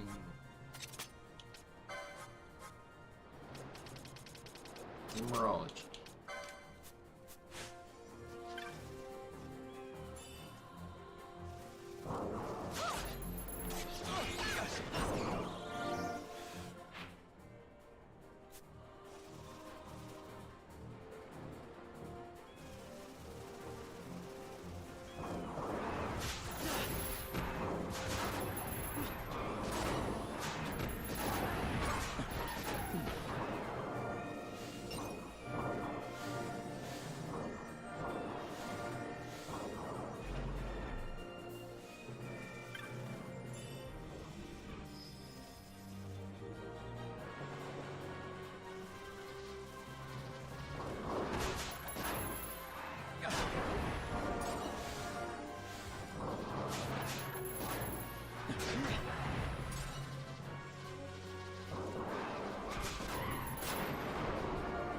I'm having a little bit of a brain fart right now, where the monograph I bought. I'm trying to remember, like, I know I bought it for an enemy. Oh, you know what? I know exactly what enemy I bought it for. It is on this map, or like in this zone. And I'm coming to the city from the bottom here, because it's these guys.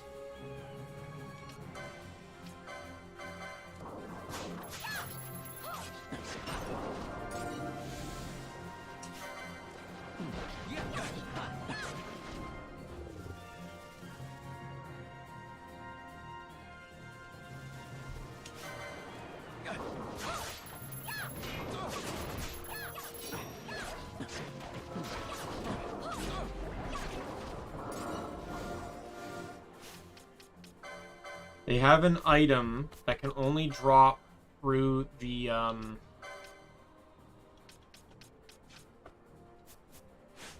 monograph, and if I sell, I think it's 2 of them, it gets me something useful.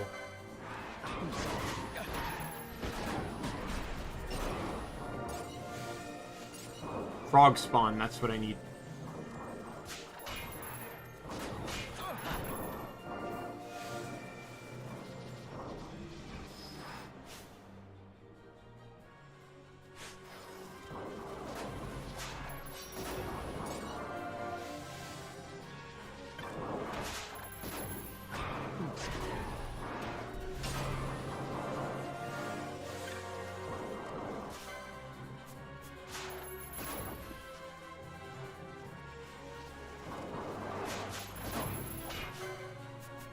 No, these enemies don't actually look that high leveled.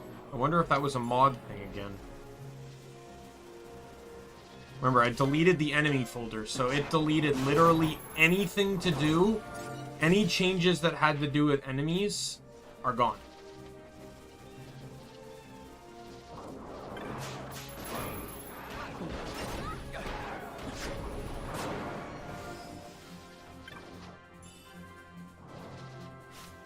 That's a gun.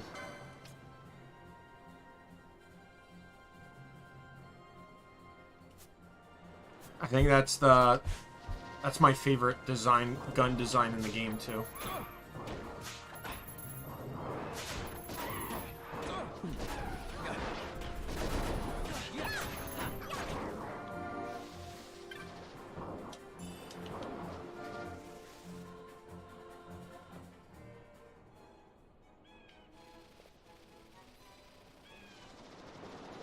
Cutscene time.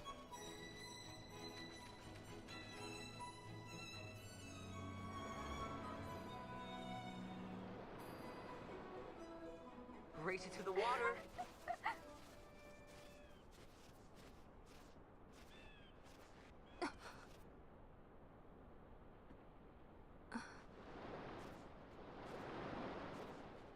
Why the capital?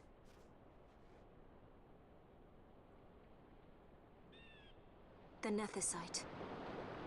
I must destroy it. Are you sure? You don't want it for yourself? Use its power to restore Dalmasca? Something like that? The best intentions invite the worst kind of trouble. Lusting for ever greater power. Blinded by the Nethicite. Is that how you see me? That does sound like someone I know. He was obsessed with Nethicite. It was all he cared about. Come over here. He'd babble nonsense, Hey! blind to aught but the stone's it. power. Like I said, He'd talk about some Enna, or was it Vena? except for you. No matter. Thank you. Everything he did to get closer to the Nethicite, to understand it. He made airships, weapons. He even made me a judge. You were a judge? Part of a past I'd rather forget. It didn't last long. I ran. I left the judges and him. Sidolphus Demon Bonanza. Draclaw Laboratories' very own Dr. Sid. That's when he lost his heart to Nethicite. Lost himself. This is why I feel like And I suppose that's why I Balthier lost my father. and Ashe are such a good pairing. They connect so well. Don't follow in his footsteps. And you could argue that Balthier's reason for becoming a sky pirate was running away from his past. But after the events of the I game, ran away. I couldn't stand Right there. seeing him like that. He ran away. Slave to the stone. So I ran. Free at last. but I've, Funny, I went for the Dusk Shard. How could I have known that it was Nethicite? And then, of course, I met you. All that running, and I got nowhere. like It's the time to end this. Cut the my best ties to pairing in the past. end would have been like if he said at the end, all the running and It's hard to it leave led the me past to you, or behind. something like that. Like I such a know. sweet and endearing line. Like basically after the events of the game, he doesn't need to run anymore, and he realizes that, you know, maybe being a sky pirate isn't the end goal for him. And when he returns Ashe's ring, you know, the idea that I'll return it when I find something better, he returns it because he found that she was better, and he uses the same ring and he slips it on her finger in a means of like proposing, They do. right? And then that's that pairing. And then Fran, someone who enjoys the freedom and travel, ends up pairing up with Vaan. I will play mine. I would have no other. And they end up, I don't know if you want to say that's romantic, but you could say that maybe Fran enjoys his childishness to a degree, Choice is yours to make. right? And his curiosity, Don't give your and, heart to you a know, stone. finds that attractive. I don't know. You're too Fra- strong for that. Fran's princess. really a blank canvas in this game, despite everything. So it's hard to say. They'd have to build upon that more. Balthier. And then they could push Penello to being, having interest in Larsa.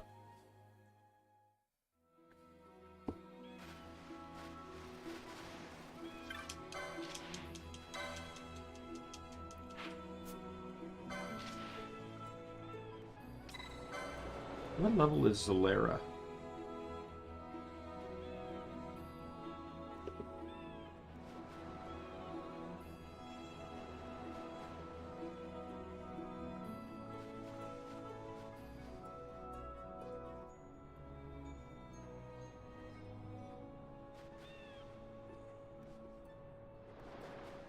Okay, that might be pushing it a bit.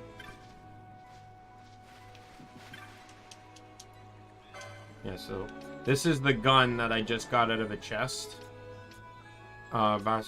Judicer's staff, here it is. That's the wind staff.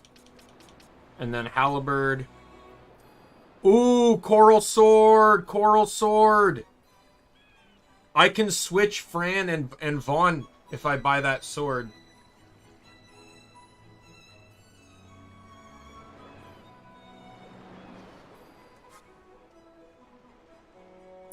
It would mean not upgrading chest and hat for them, though. But that's the DPS risk I'm willing to take.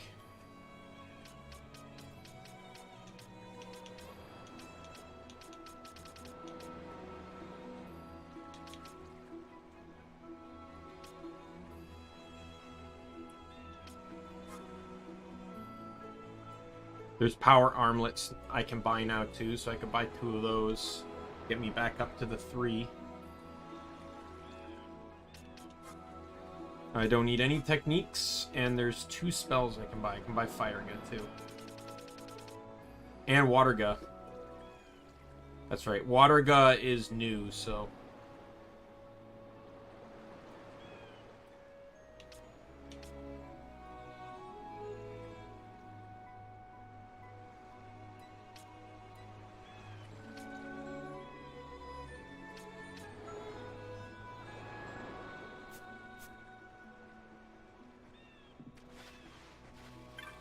Oh, I should sell stuff.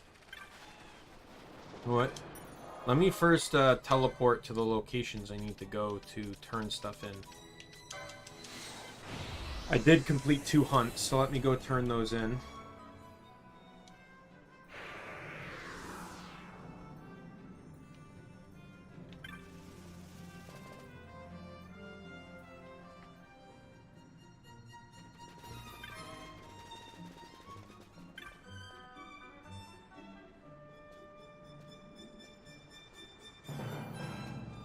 So this is like a mini quest line here. There's this guy named Jovi that everyone in town seems to know.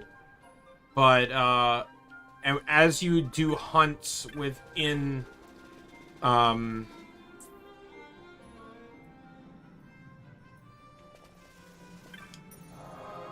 within Nalbina, every time you beat a hunt, they tell you, you know, they talk to you about it. Like, they go like, oh man, Jovi, do you hear this guy solved my problem? Right? And then he runs away, which everyone comments is very out of character for him.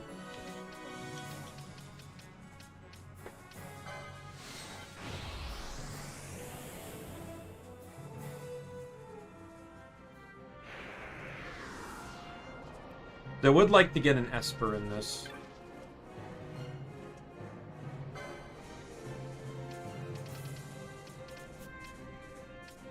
Oh, not you, sorry. The green guy here.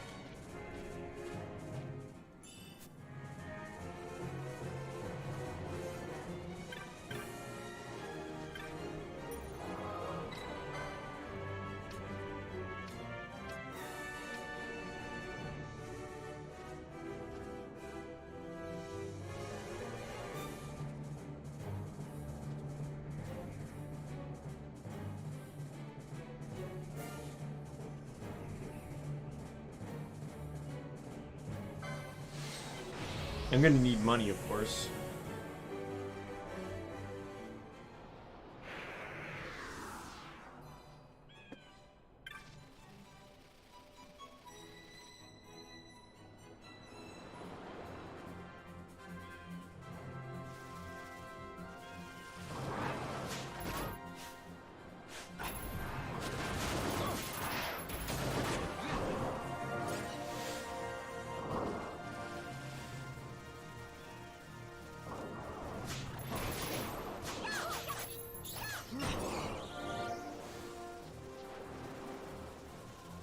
Might as well just go this way to get all the chests.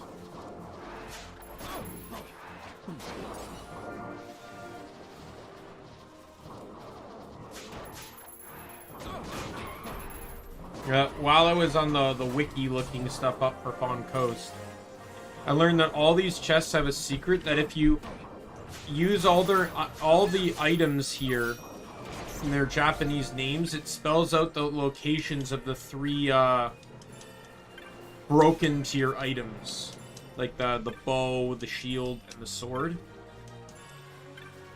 Though they all get nerfed in this mod and aren't even findable within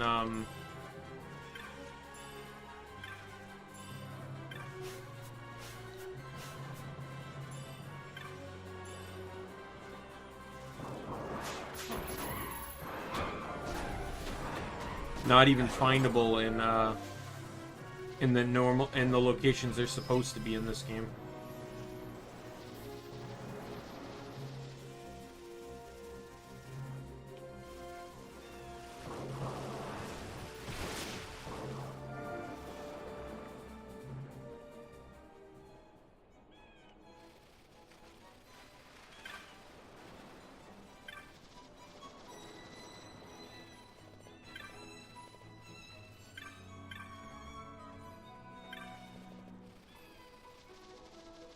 I do want to buy the map, though.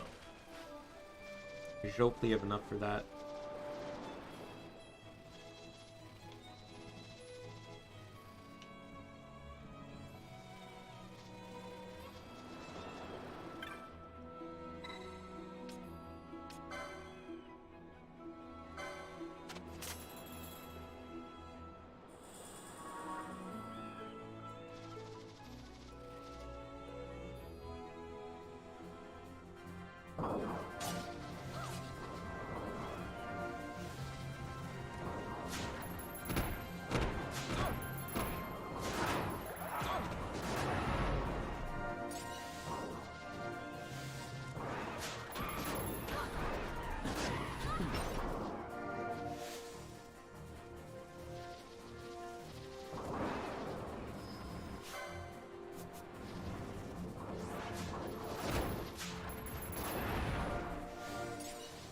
Penello is just going to destroy here, because a lot of enemies here are apparently very weak to Earth.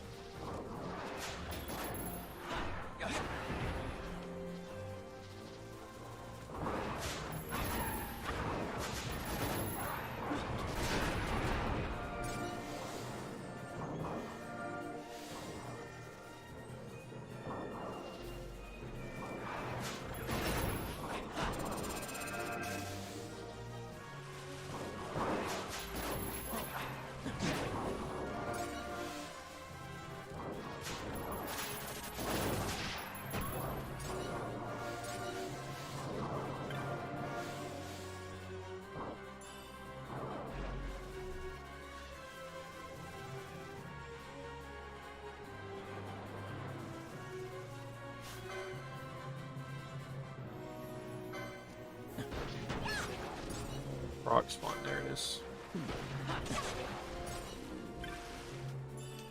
Now the frog spawn is like a 30% drop, 30-40% drop chance, but you need the monograph to be able to get it.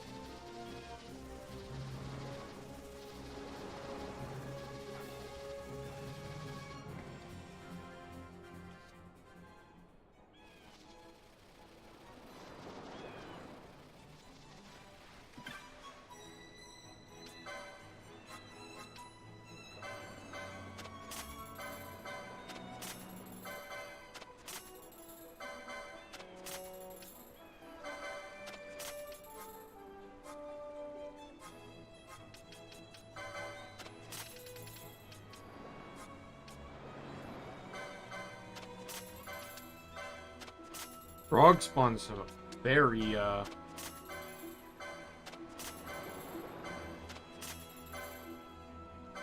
they sell for a lot.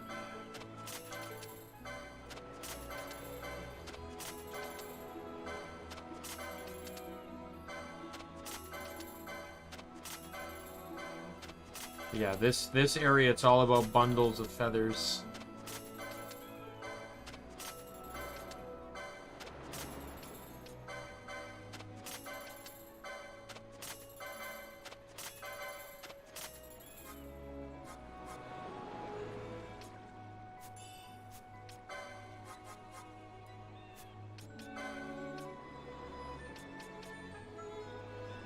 Oh, there it is. That's it. That's what I wanted. The opal ring. That's what I was going for. That's what I needed the frog spawn for.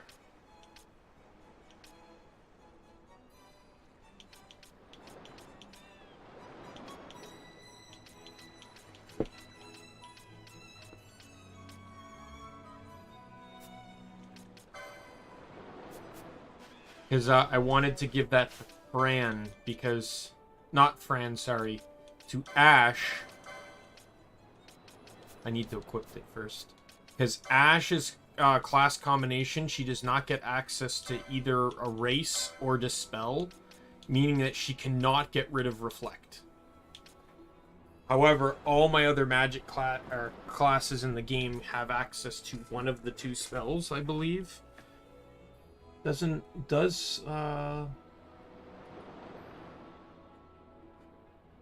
What did Adel?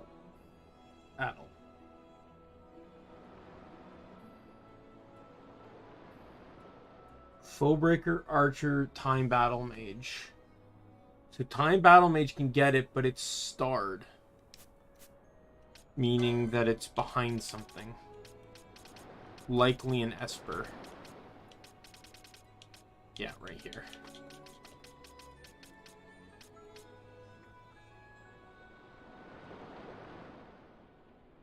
Let me double check. I'm Battlemage. Do I know what Espers? I think there's 2 Espers. The other one is Sheer, though. Who gains access to Sheer? Foebreaker, Archer, Time Battlemage. So, again, neither of what Penello gets.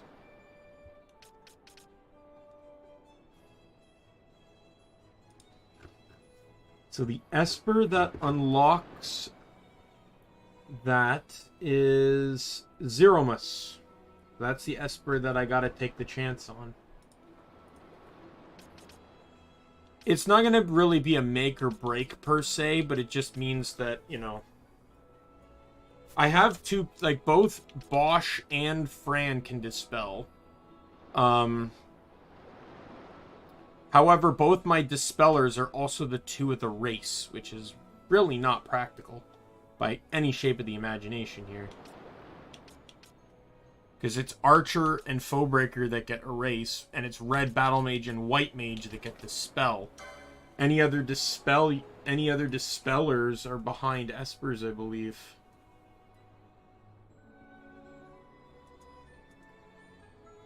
Yeah, white Magic 5. Oh no, that's just White Mage and Red Battlemage. That's it. Dispel Ga is on Monk, which would allow Balthier to do it, but that's also behind Esper.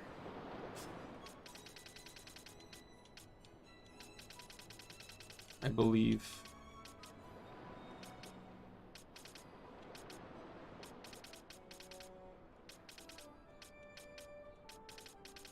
Yeah, right there. That's Ultima, I believe.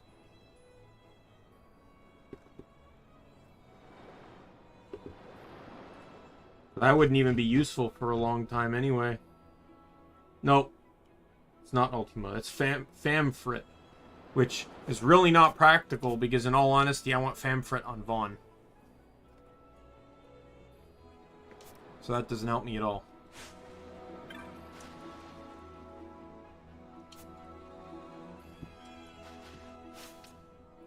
Equipped, or licenses, right? Ashe.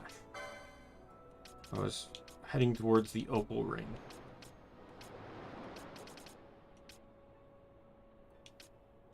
What's the Opal Ring under? 20. That's 100 and... I could buy that.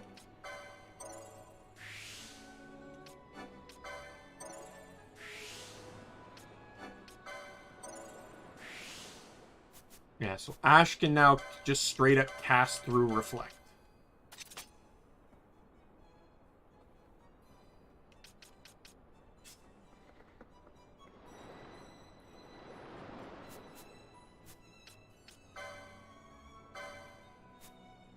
Yeah, I need to start spending licenses too, because, like, obviously Mirror Mail is not upgrading, so leaving the chest piece for lightning boost is actually not bad for Vaan. But I do need to buy sword licenses.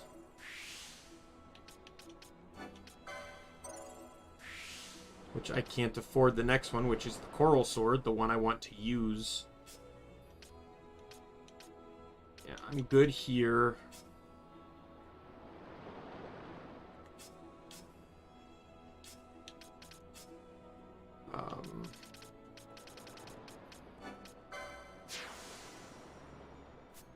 Got her final Esper. What did that unlock over here, by the way? Oh, the battle lore.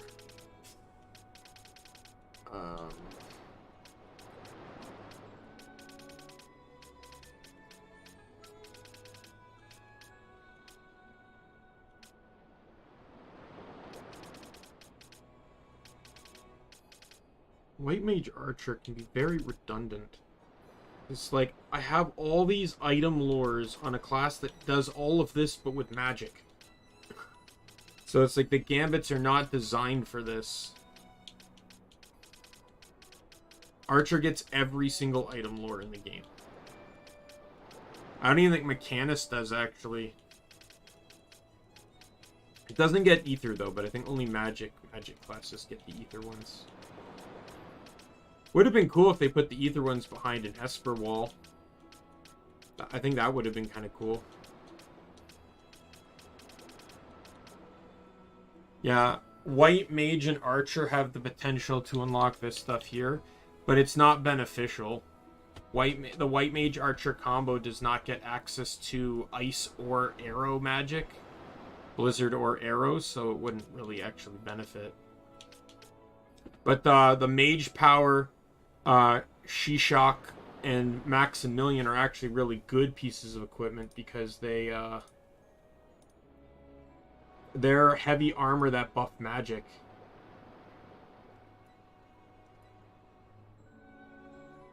Okay, well the chest piece is not. It's actually that chest piece with the mod is the highest strength boost of a piece of armor. The helmet though does give +5 magic, but that won't compete with actual like mystic armor stuff. Like Circlet is 10.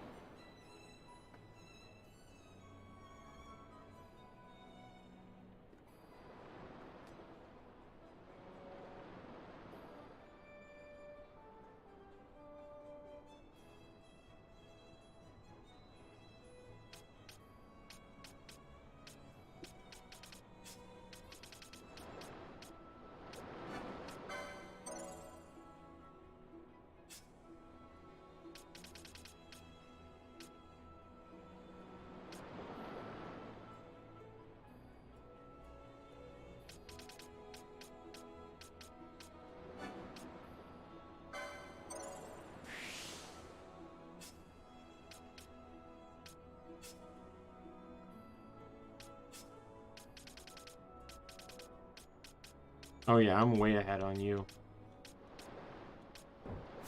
Yeah, I do need to buy this one though, because that's the last staff license, and I have access to it because I bought the thing on her over there. That's the staff that I can buy right now, and that'll be a huge like. I was gonna say that'd be a huge bonus to damage, but I also I get Fire Ga, which is already stronger than Arrow Ga. And I have the Fire Staff, so what does it matter? Do need to buy these 2 licenses too.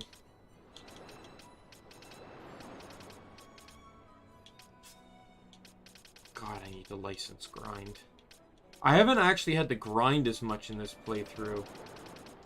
So, like, obviously by not needing to grind money, I haven't really been grinding LP as much.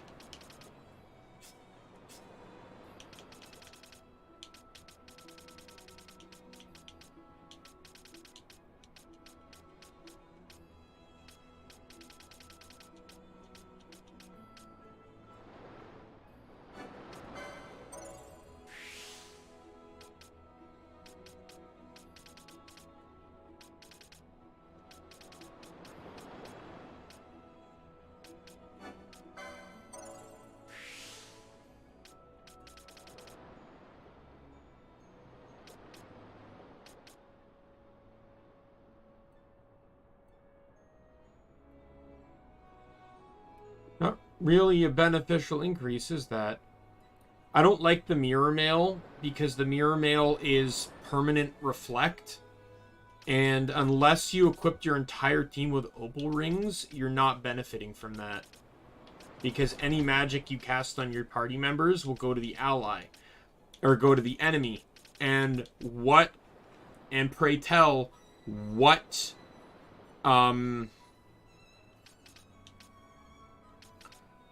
pray tell what element goes to what element goes, or what do you generally end up casting on your ally? Beneficial stuff like buffs, healing, all that stuff goes straight to the enemy, which is very redundant.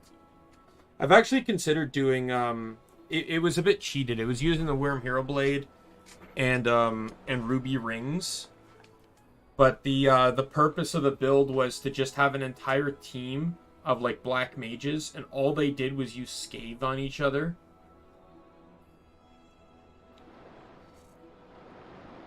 And basically they use scathe on themselves, and it would reflect to the enemy. Because the way reflect can work if you use it as an offensive means of attack is that basically this was really good in the PS2 version if you could do it right. Not that it was hard to screw up, but it allowed you to bypass damage cap, so to speak, because normally you couldn't hit higher than 9,999 on a single target.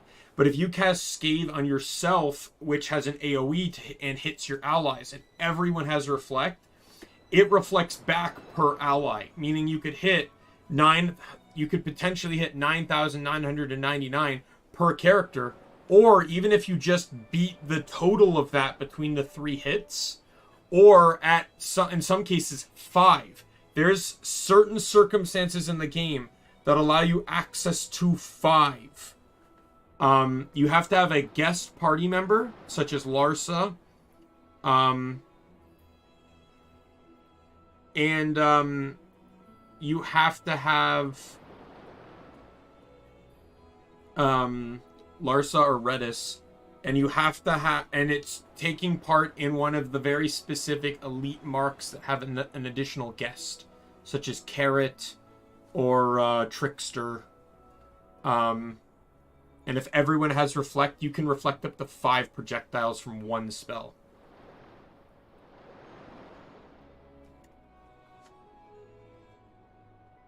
I wanted to see if I could go through the entire game doing it. And even though it all looks the same, the spells maintain their elemental effectiveness on Reflect, so if I were to reflect fire, it would still be a fire spell. It would just be reflected back.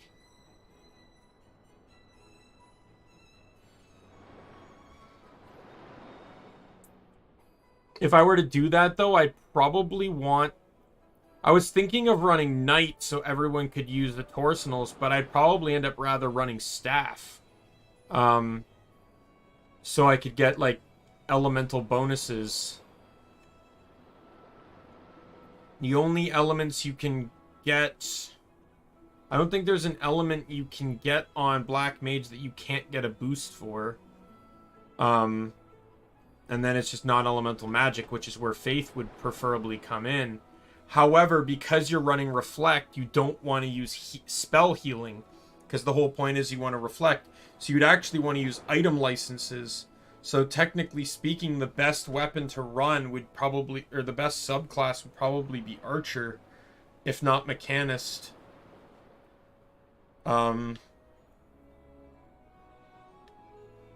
Also, reflected spells cannot be reflected in return. So if you use Reflect on,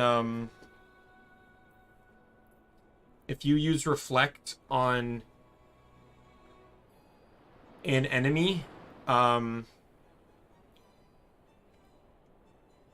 if you use Reflect on yourself, or if you use a spell on yourself while reflected and reflect it back, it will reflect, an enemy with Reflect will not just simply reflect it back. Spells can only be reflected once. I do realize, though, that the mod actually kind of affects that challenge. Because the whole point is you need AoE spells for this to work. And only Blizzard is AoE with the mod.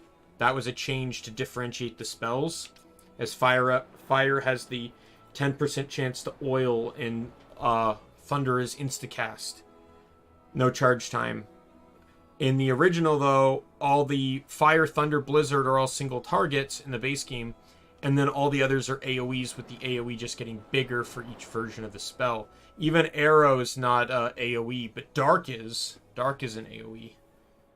So that would actually have to be something to keep an eye on. I'd pretty much only be able to use Blizzard until I get the actual AoE ones.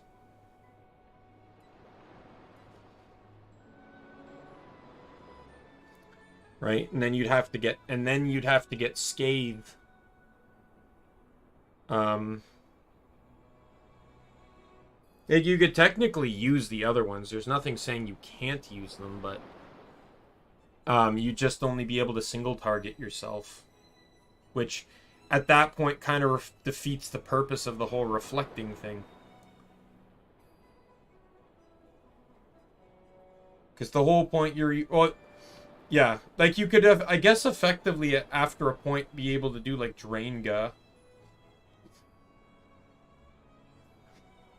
Problem too, though, is that like until you get like Scathe, or like Bio or Scourge or Scathe, you effectively have like little to no control. Like you can't set a gambit to say foe weak to fire, use fire on self. There's too many steps in that for that to work.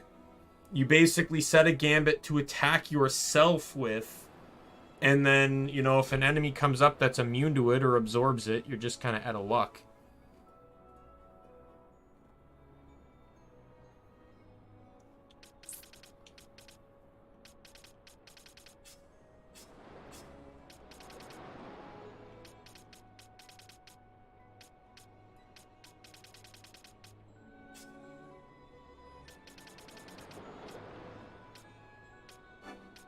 Probably buy the next couple spears, shouldn't I?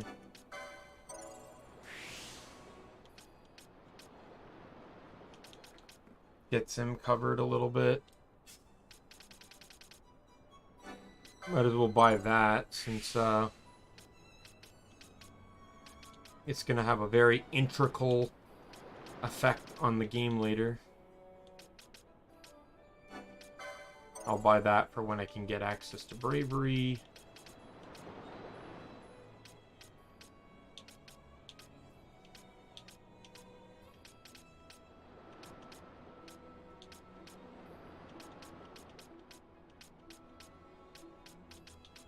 Monk has like some of the most expensive licenses out there.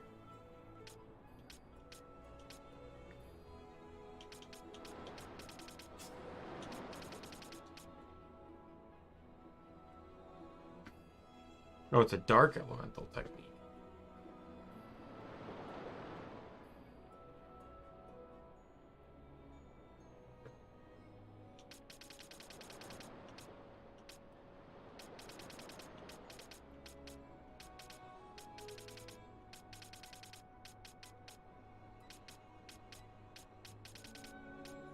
Don't you get Bone Crusher?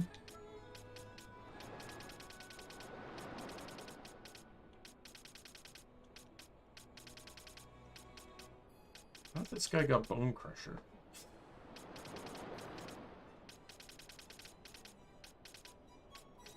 Well, you get it.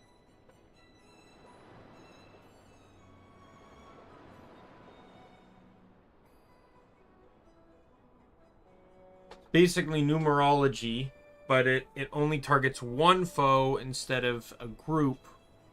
It's 25% rather than 20%, and it can inflict immobilize.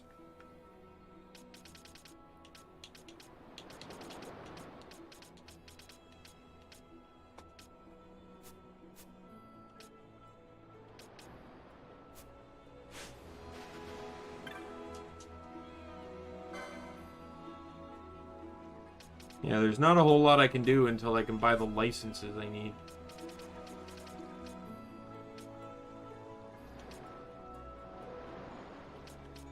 No one's getting this, so not really a point in it all. Penello it's useless for because she's just straight up going to be avoiding it entirely.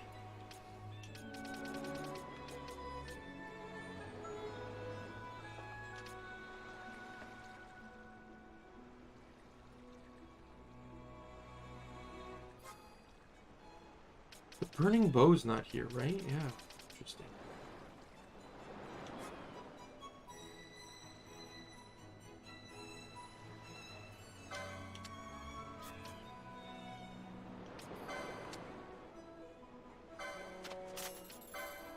For you two,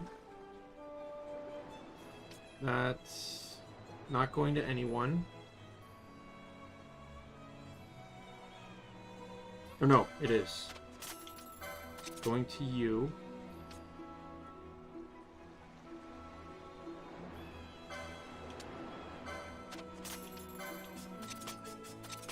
You guys. I think that's it. I do want to buy 3 of those, but I can't afford it.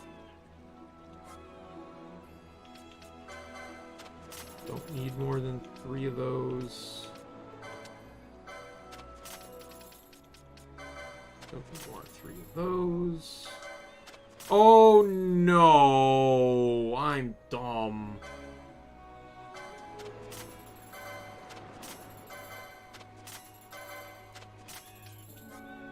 Gotta go buy that again now.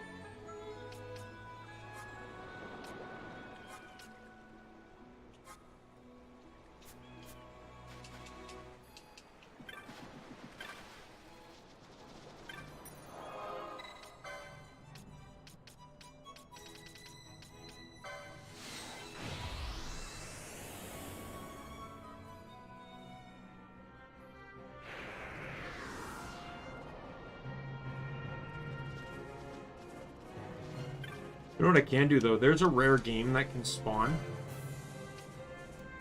And, it spawns by killing a lot of enemies. So I can take advantage of that.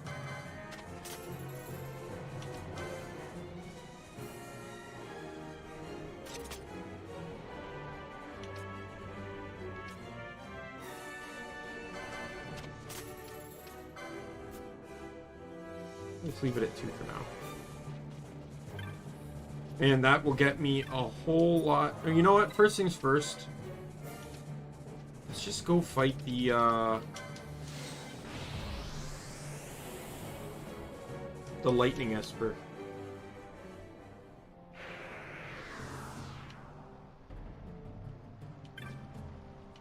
Actually, teleport. Phon Coast. The lightning Esper dude's Thunderjaw can inflict stop, so I need power. I need power gem on everyone.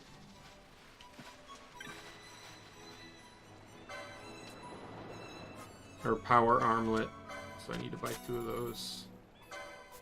I need to equip it on everyone that's partaking in this fight. And guess what? Penello is not one of them.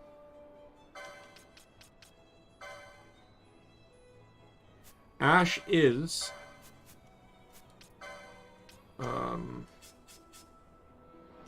and she cannot afford it.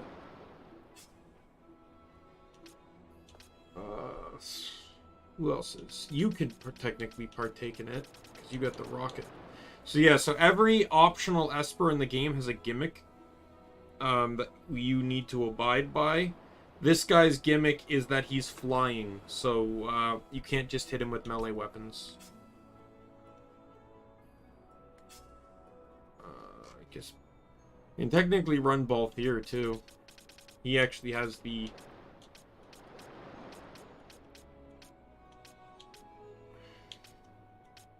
He does not. Unless he does over here.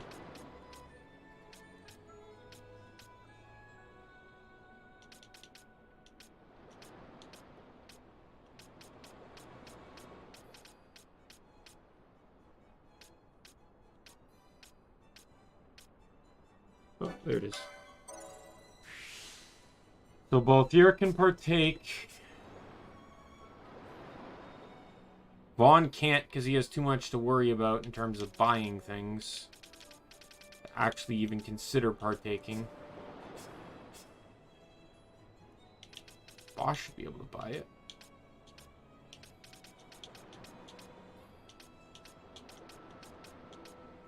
Oh my god, it's over there. Where is it for you?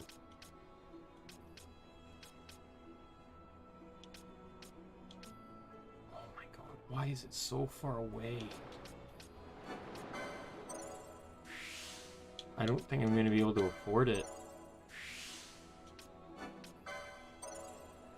Nope.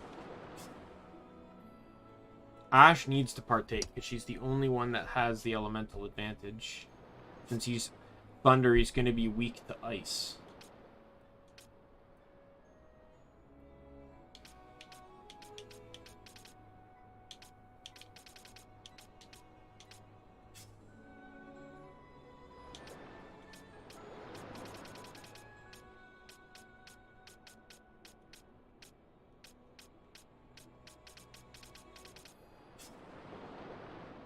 Yeah, so Balthier can take parts. I need to get it on Ashe, and then I'll probably just have Basch take part since he's one away. But that's still going to require some LP grinding, so let's go fight a rare game.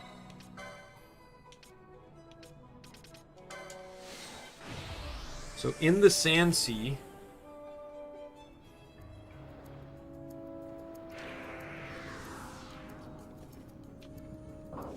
there's a rare game that only spawns when you kill 100 of the Urton.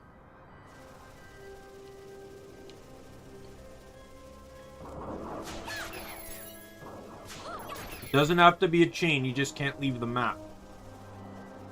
That's why I never fight him, is because I always go to the caverns.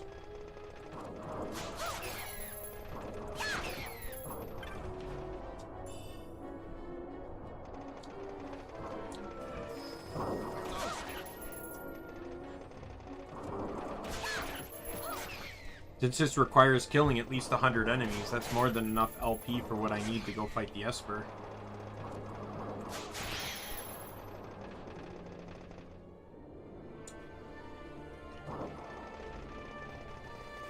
I just need to remember, though, that I need to be able to purchase the Esper too for whoever it gets randomized to.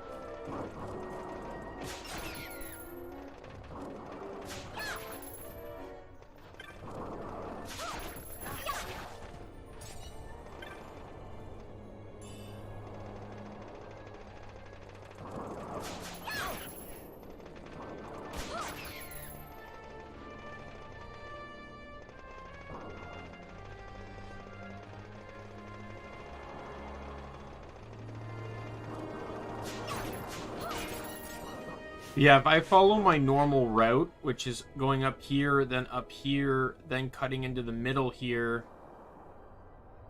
and then back over to here, but then going up here, because it's this map right here that it spawns on. So if I follow that route, I'll in no doubt get the 100 kills I need to spawn it.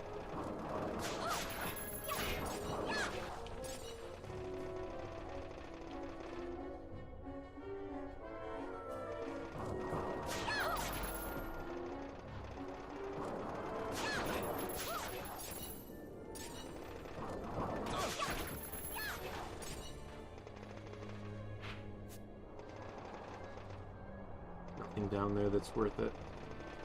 I only need to kill these guys.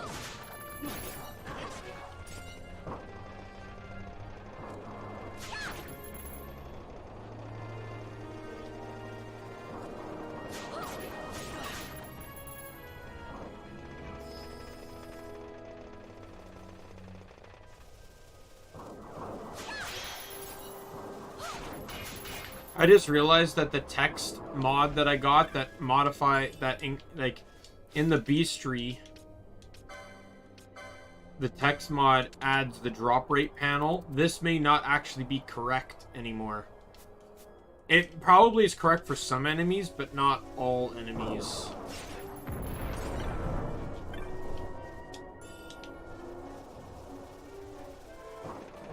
Because I deleted the enemy file, so it, you know, like again, all changes to enemies were are reverted back to base game.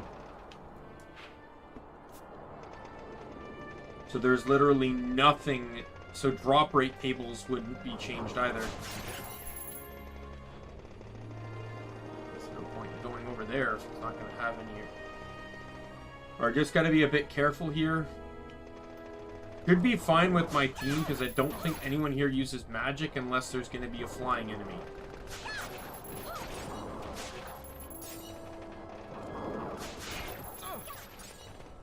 A flying enemy or if someone decides to hit me with a debuff. But I don't think it's sunny anyway, so I should be fine. The elemental has a chance to spawn on this map, and he can be very annoying to avoid.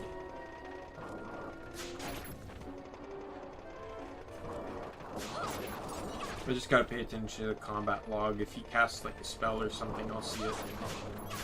But he only shows up on sunny weather, and this is not sunny weather. This is clearly sandy weather.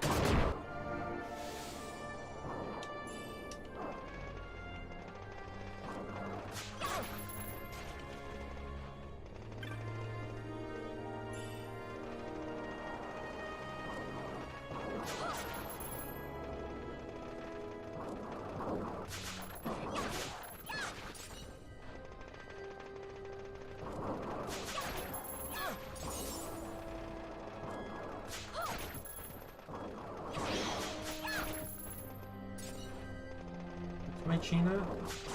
31.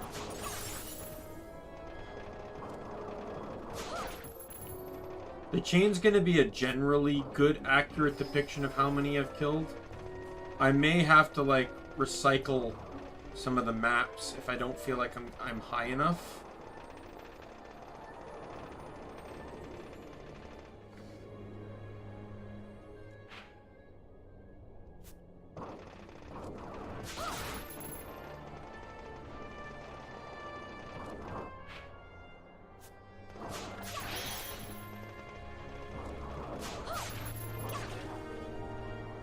Prior to ever doing the bridge trick, or the bridge grinding sessions, this would be where I get the 50. This is generally where this is probably the easiest place someone would passively get the Mont Blanc trophy for getting a chain of 50.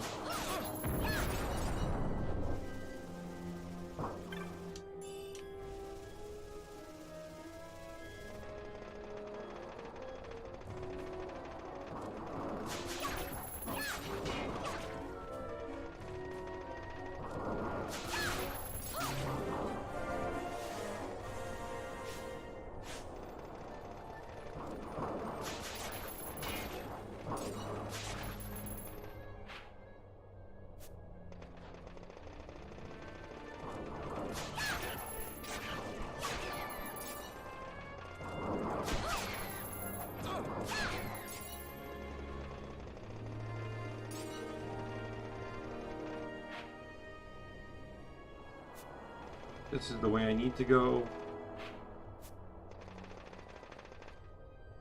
Kill anything I see, but head south.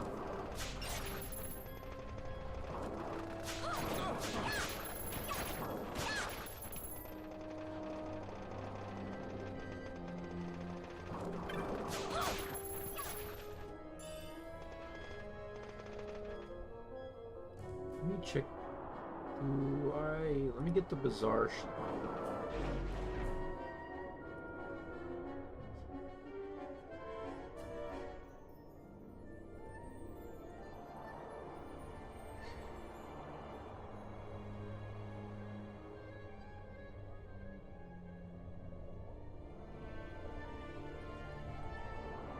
Okay. Where do you get the dragon mail?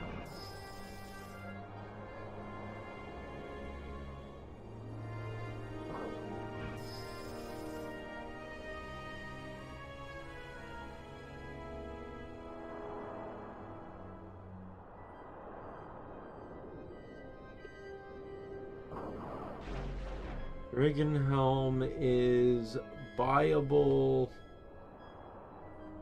Shop it. Perversion drops Aeronite 3%.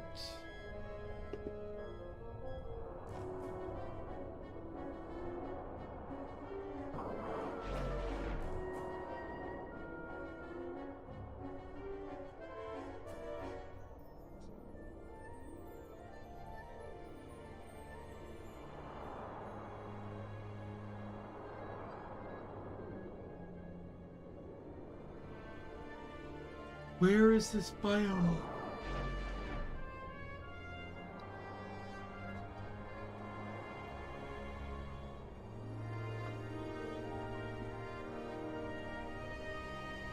Because it is not buyable, but farmable. So I'm gonna have to farm this from chests.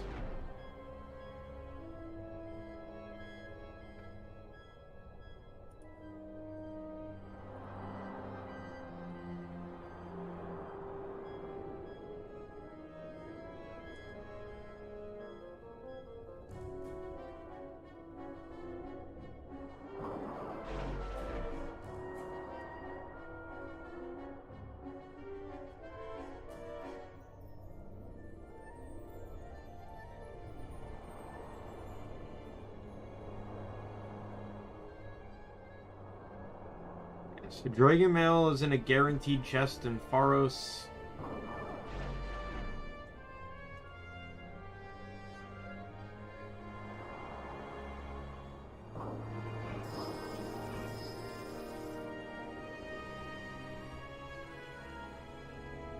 Dragon Helm is in Pharos as well. But those are the guaranteed finds.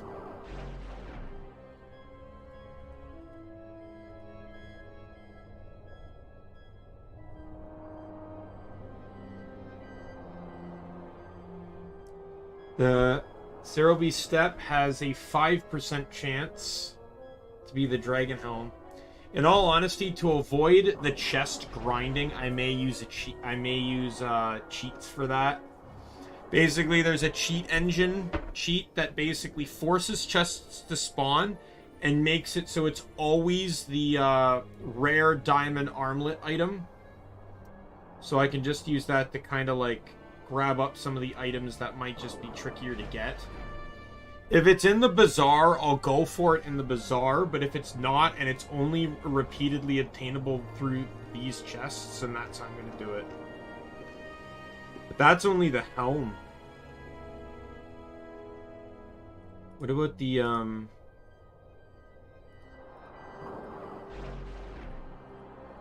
is the mail not repeatable?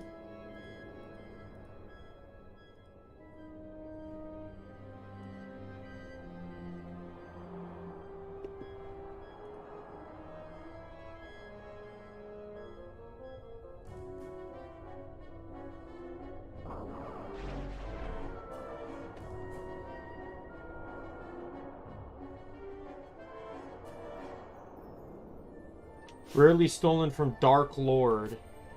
Now also... Who the hell is Dark Lord?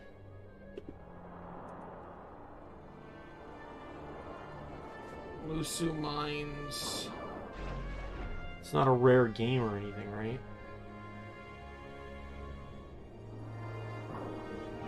It's a level like 60 enemy basically, but...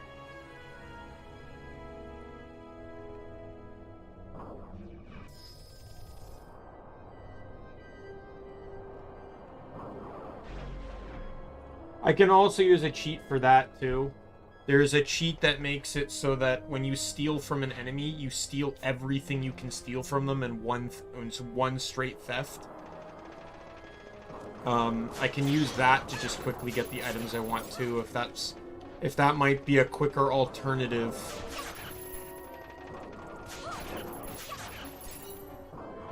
Like I said, I'm not against cheating to save time, because I want to get this stuff, but it doesn't necessarily mean like I want to waste my life on it.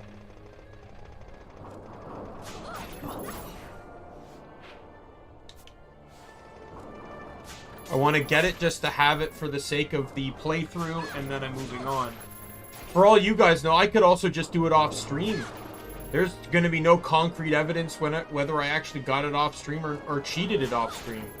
I'd rather just do it on stream and just be honest with you guys.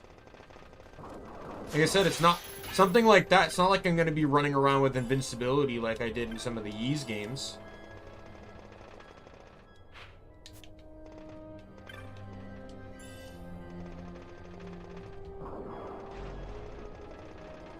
It's literally like hell in the Ys games. Generally, what I did was just save on grinding, because that was a legitimate painful process.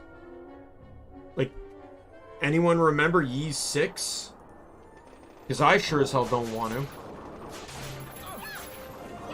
I was following a guide that specifically said, okay, guys, let's stop and grind. When a guide tells me that I need to gain 10 levels and 20,000 ore and, you know, like, you know, 50,000 gold, that's not fun to me. I don't care if the combat's kind of fun. The amount you actually got from drops was abysmal.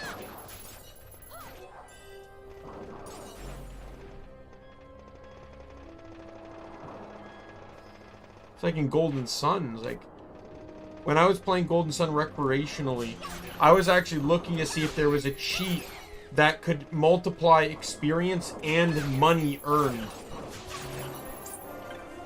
I didn't care about, like, actual drop rate or anything, especially since there's the RNG method. But, like, I wanted to be able to get the money and experience, because, like, you get, like, 3 coins at the end of certain fight, like, some fights in that game, but you need, like, 500. And it's like, I don't need to do that many battles. But only apparently the PAL version has those cheats, and no one's bothered to figure out nor make ones for the NTSC versions, and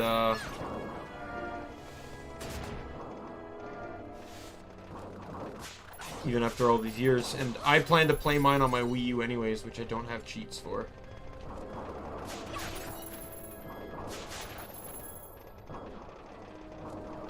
Even though I actually have the Game Boy Advance cartridges too. But I'd rather just play it on the Wii U. It'd be more of a comfortable experience. There's the rare game. Goodbye.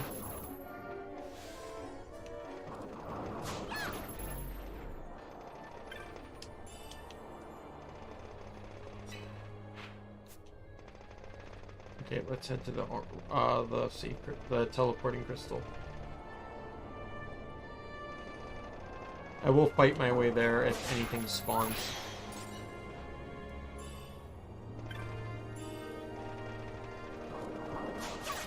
Just because I need the LP. I could have, you know, in reality, I probably should have put the I should have put the... I was considering it, but I didn't know if I wanted to. I really should have put the golden amulet on a couple characters. Like, Vaan really needs it right now, to be fair.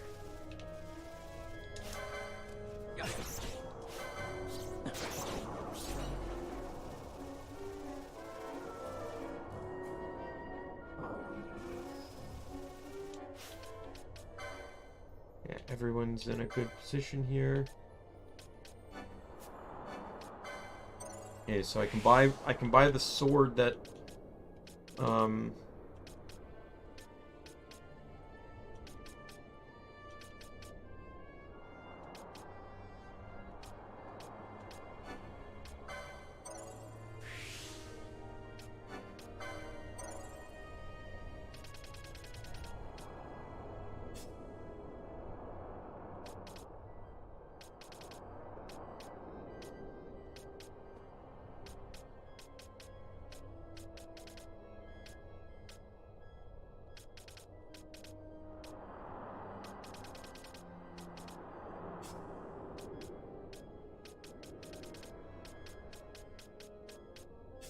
Alright, and it was Ashe.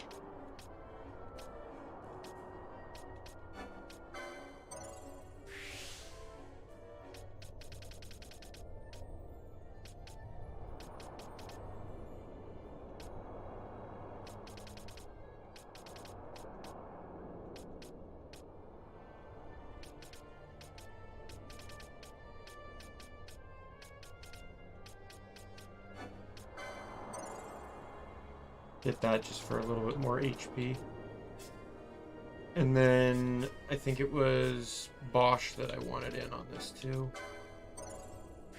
It's good to have Basch out anyways, because he can hit Dispel if I really need it.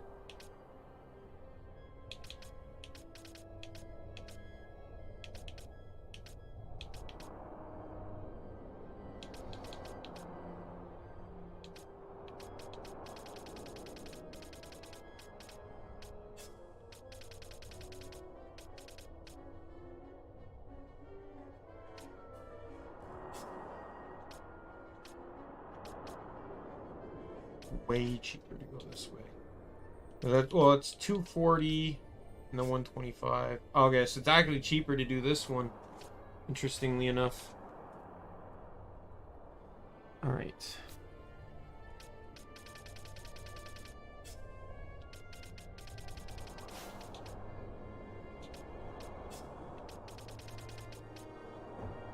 Yeah, absolutely need more. Like I said, Aeroga's available now and Firega's coming up. Blizzardga won't be too far from now. Waterga's already available too. It's in the same shop as Firega right now.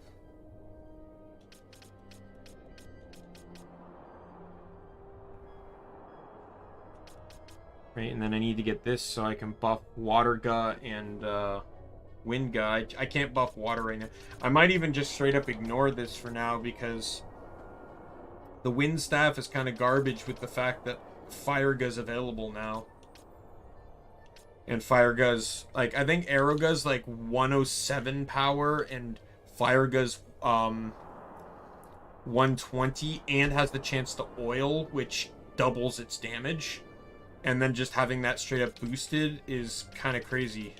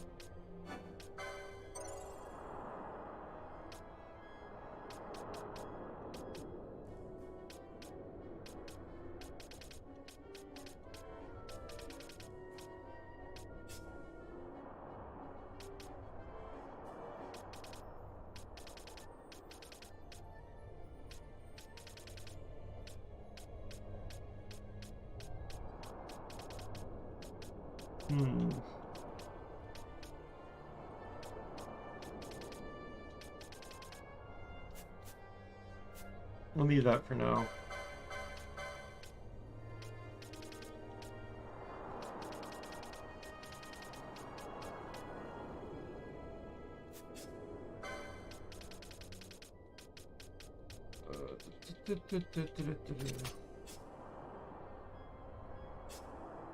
It's you.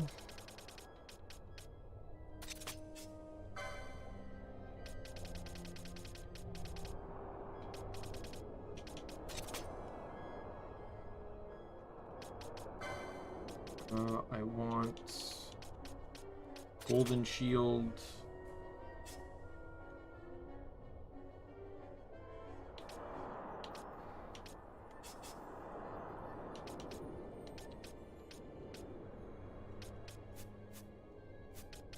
I do know I'm gonna need Princess Kiss.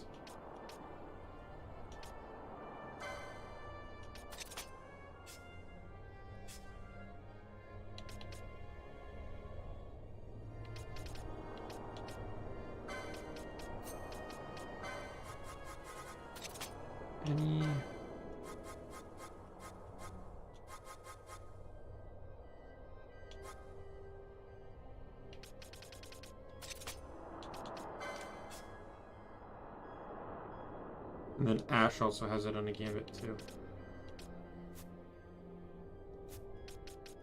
Alright. I will need to disable the stealing gambit.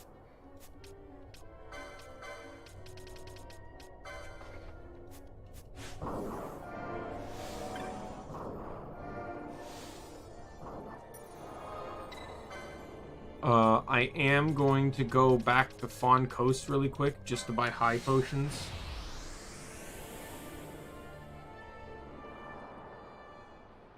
We can end it after this Esper fight.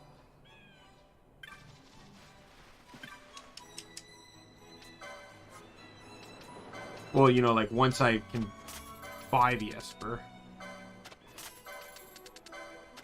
And then next stream for this, we'll have to do some grinding to get some of the stuff here. Oops.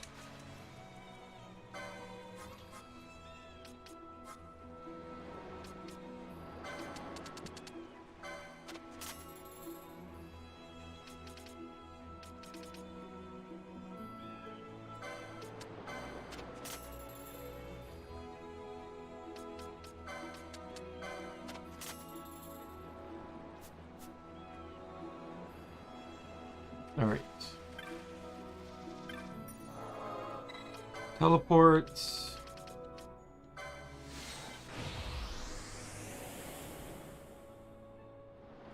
Jahara.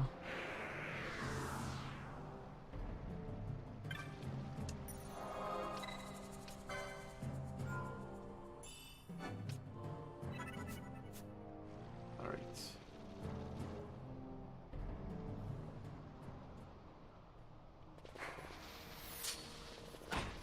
I'm just running.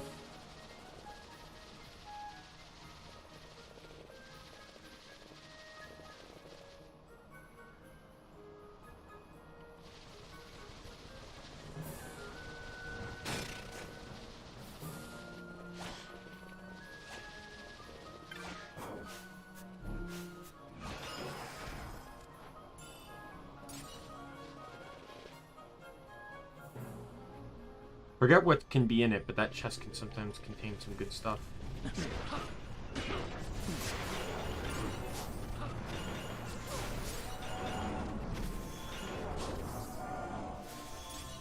Oh, they can cast Toxify, that's right.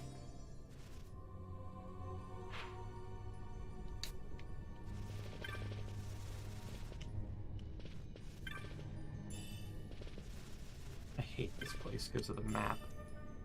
I can give it a try to try and go for the map. Obviously, I need to beat the Esper first.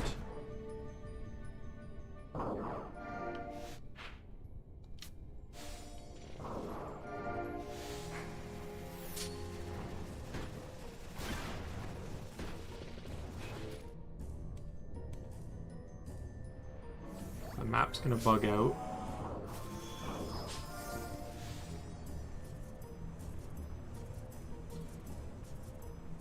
So the autosave kicked in.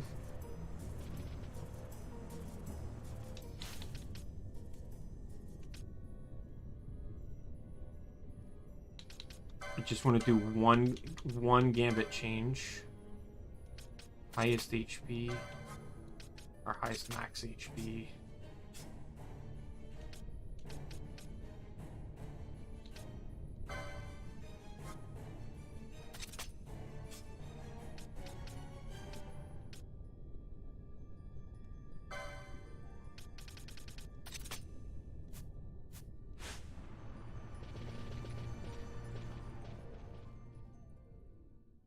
Here we go.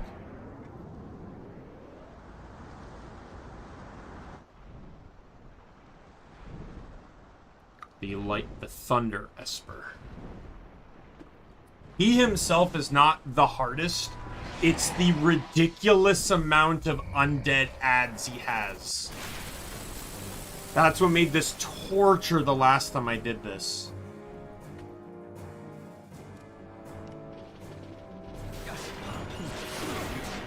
But Ashe should actually be able to handle this quite well because she's using an AoE. Ashe just got silenced. Are you fucking kidding me?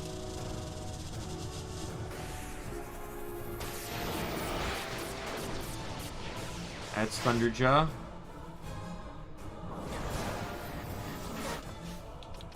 Gambits.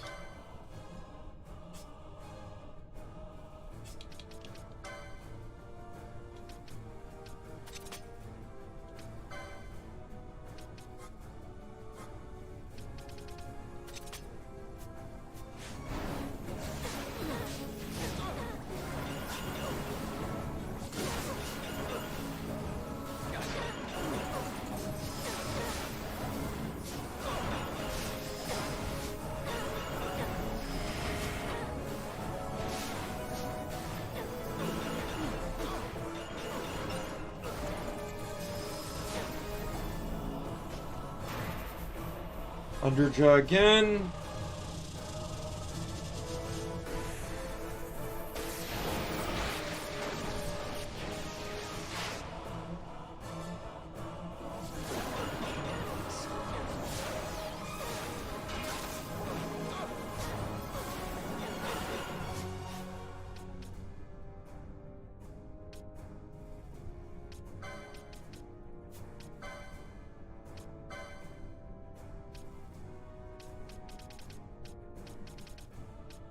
Basch is just sitting there trying to use Cura, and it's doing fuck all. I have Curaga, and I've been using Cura this whole bloody fucking time. When did I get Cura, and why am I only realizing this now?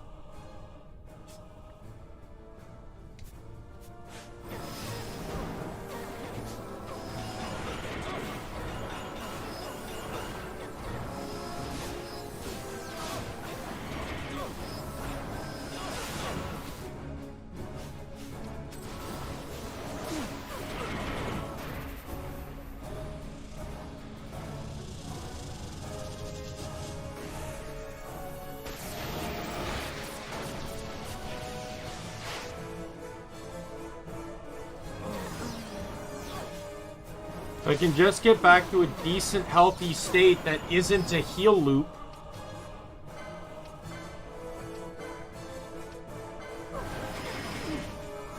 Got it. Alright. We're gonna try and finish this off with quickenings.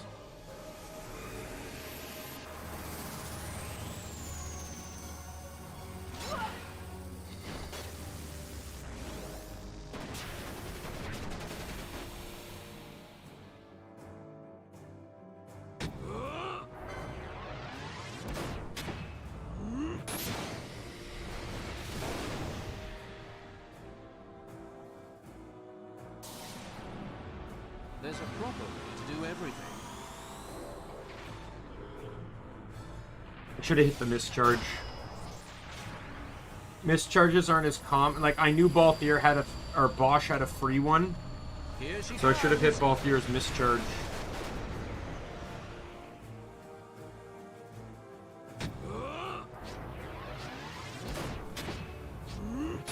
Yep. What a waste. What an absolute waste. Got him.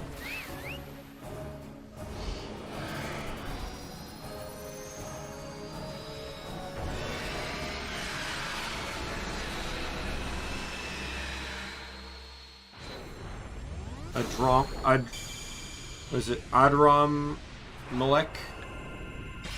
I believe.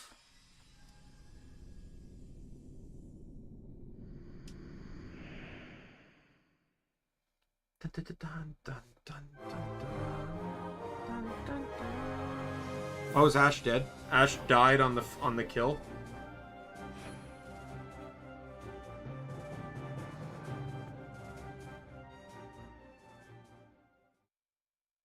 I need to quickly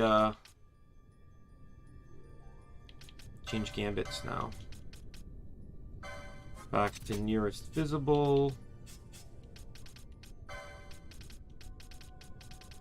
Not immune.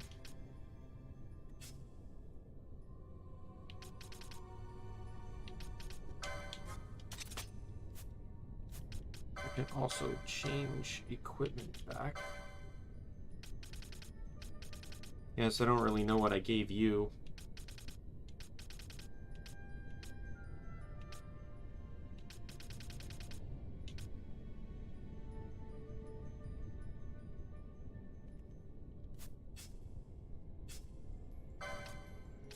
Why not? Gives him speed. Enhance damage a little bit. You can have black belt, I guess, for strength. And you get the opal ring back.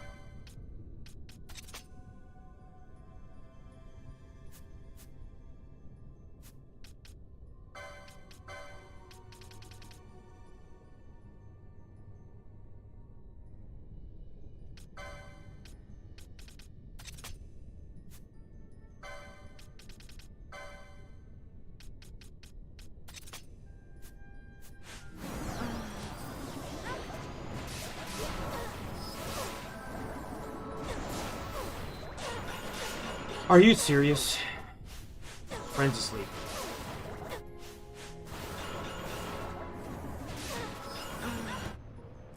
Fuck you.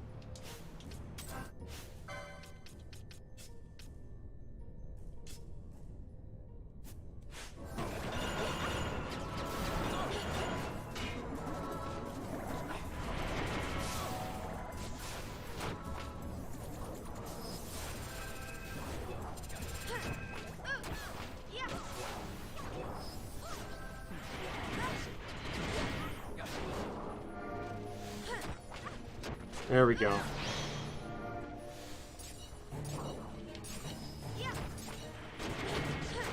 Got the leg up on him now.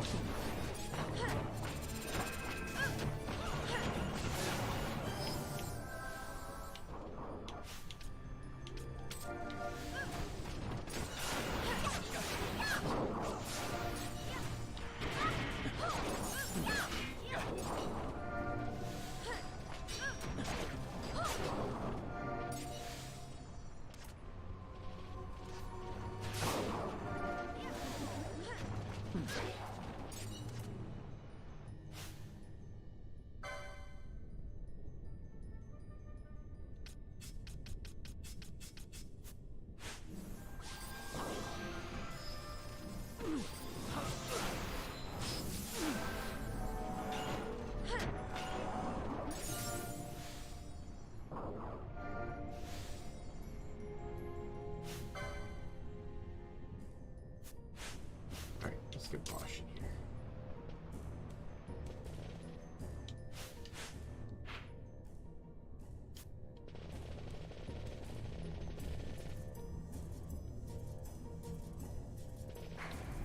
Just want to get to the save crystal map. Just let me get to the save crystal map.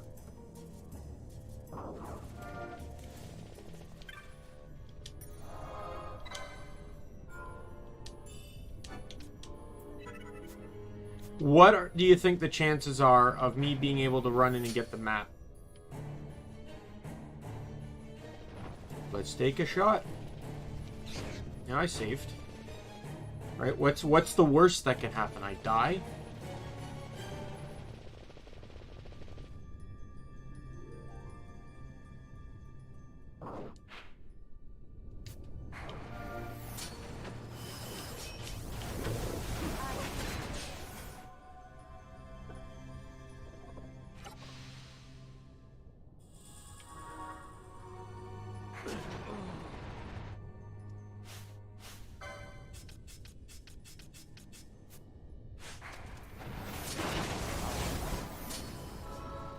Got it. Yep.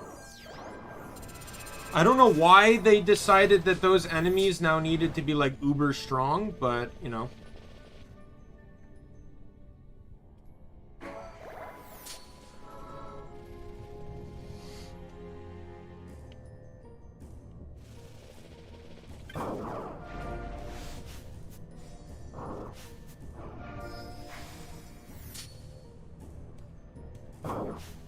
Oh my god. Use the save crystal. Oh my god.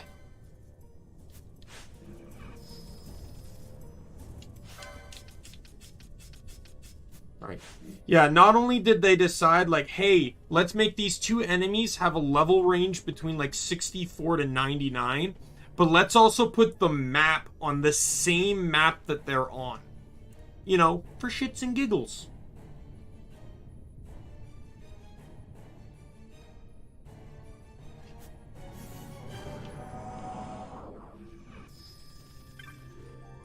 Alright, I'm going to save. Because that is by far the hardest map to get in the entire game.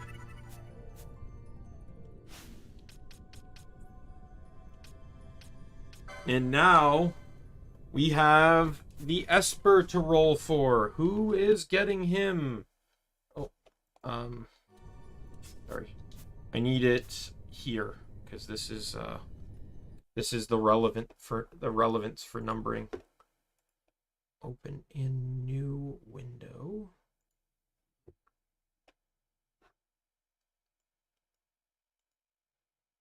There we go.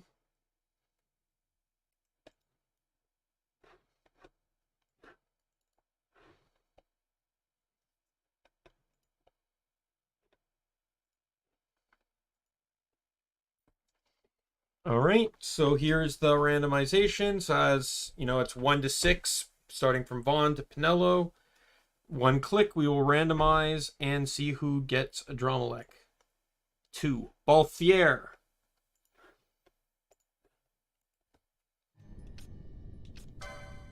So what does Balthier get from Adrammelech? He gets nothing here, and on this side, oh, he gets a battle lore, which is utterly garbage because Monk gets every battle lore in the game. I'm not even kidding. Monk gets every single battle lore. So this is actually like a legitimate waste. The only benefit it's going to have is that it's going to give me access to the other battle lores in the corner here. So really, that didn't benefit me at all. Could Adrammelech have benefited somewhat? I got this guide up here. Soul Eater on Bushi. White Magic 4 on Time Battlemage, which is kind of garbage. In all honesty, yeah, I guess isn't really an Esper that would have benefited too many.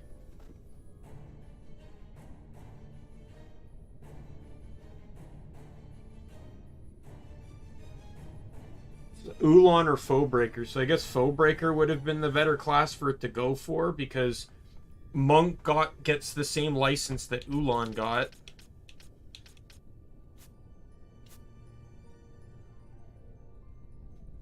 Here's, I gotta add this into my description.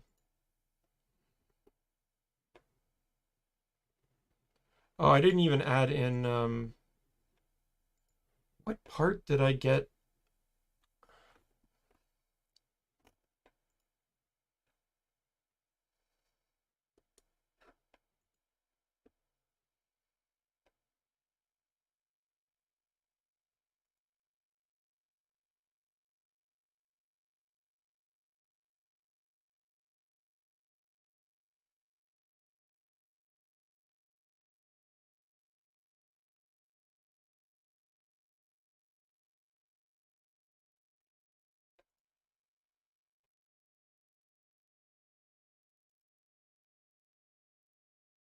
I forgot to add in Mateus to Fran.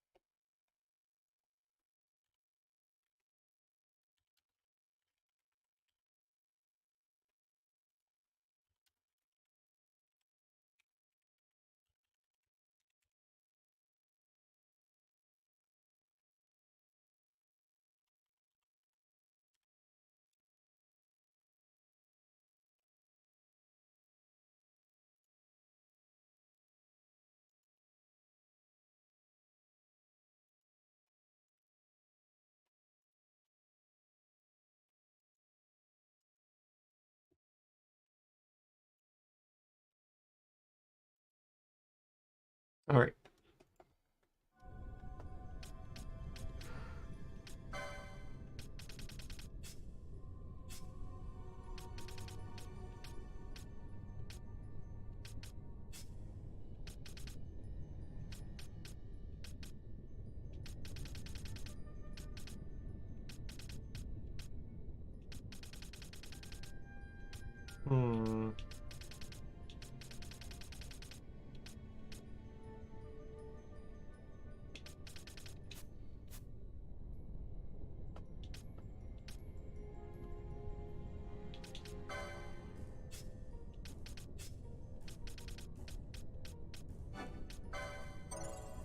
Yeah, Ashe needs a crap number still.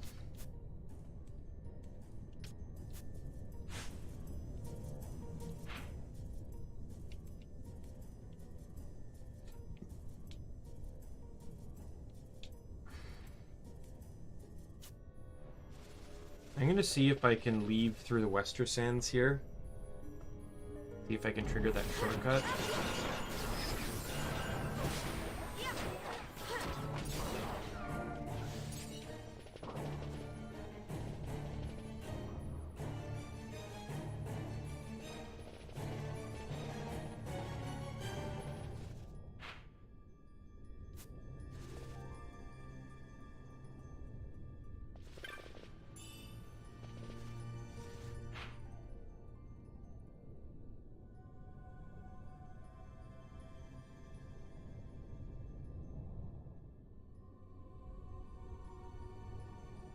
Yeah, it looks like I'm gonna need to go all the way around.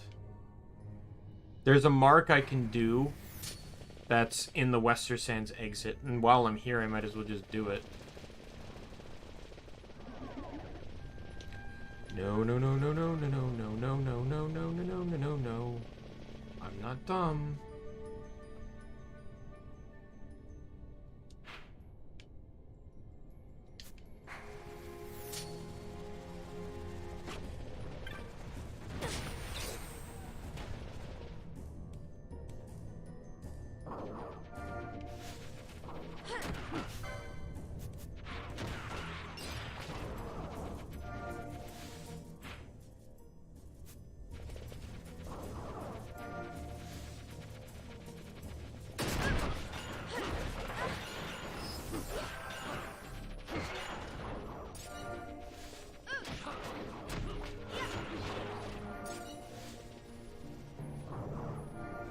Not really great for them that Fran,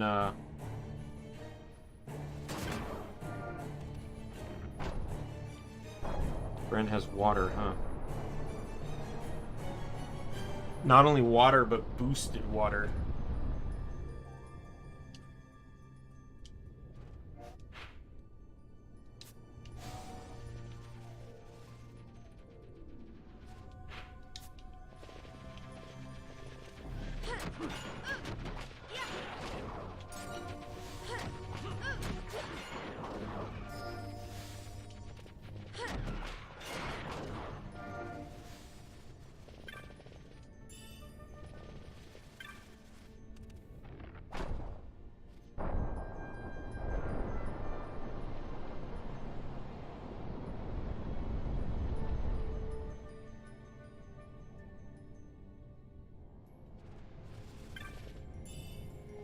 Oh, another diamond armlet.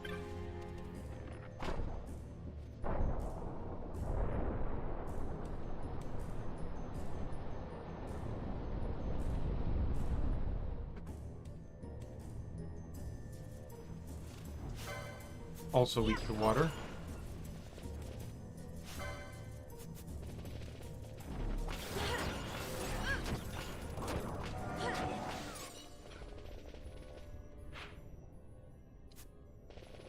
I'm just gonna take this small trip to hit that rock here so I can access the save crystal from this side of things.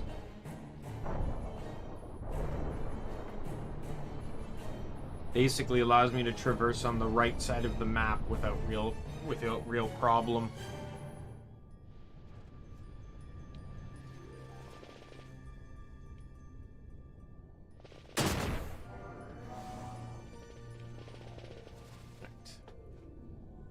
So the enemy I need to fight is on this map. I believe it's actually weak to water, so this might actually be... Spawns right over here, I just need to wait 5 minutes for it to spawn. It's a level 30 enemy, but its only real threat is when its health gets low, it can near end endless combo.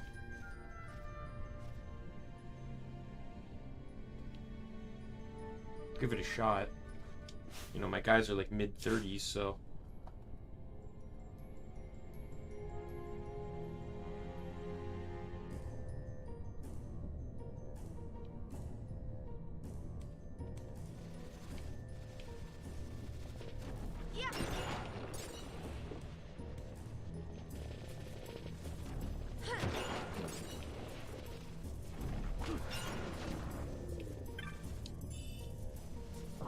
I just have to be on this map for 5 minutes. I don't have to, like, wait anywhere specific. And the 5 minutes is relative. As it's based off the in-game timer, not my timer, so being at super speed actually makes this go by faster. It used to be like 5 legitimate minutes, but obviously, you know, things change when technology advances.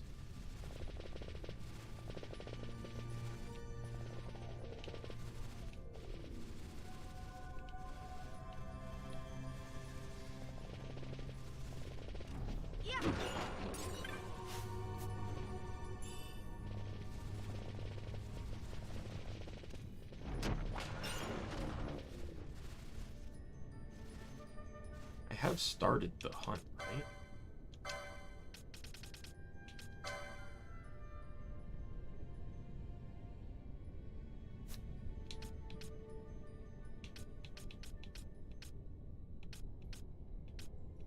Yeah, I can't do this one yet. This one's... It's like, yeah, I have access to Nalbina Fortress, but it's an area filled with level 50 enemies. And this guy alone is level 50. Like, I don't know why you get this one so early. It's literally impossible to do this early.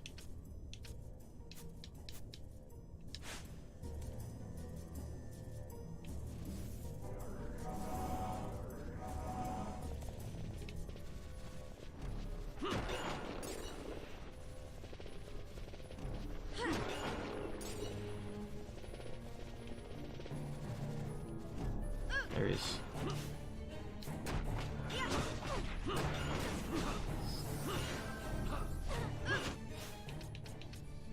Let me double check this guy here.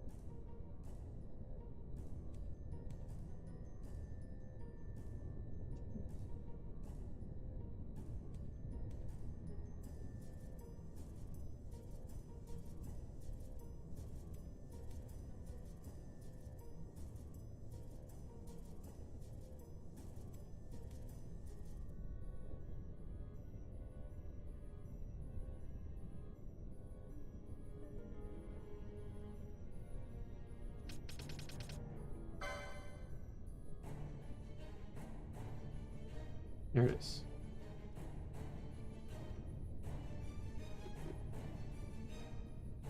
So he's weak to water and absorbs everything else. And he's currently attacking Ashe, who has literally no means of attacking him.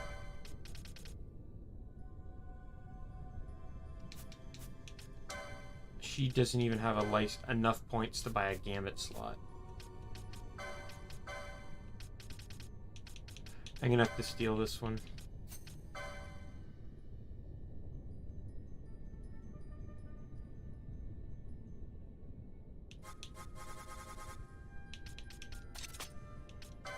I do have bio. Gonna be stronger than water anyway.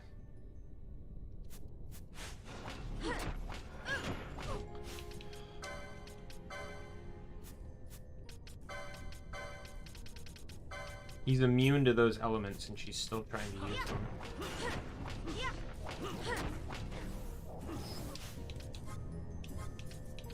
Magic's white magic.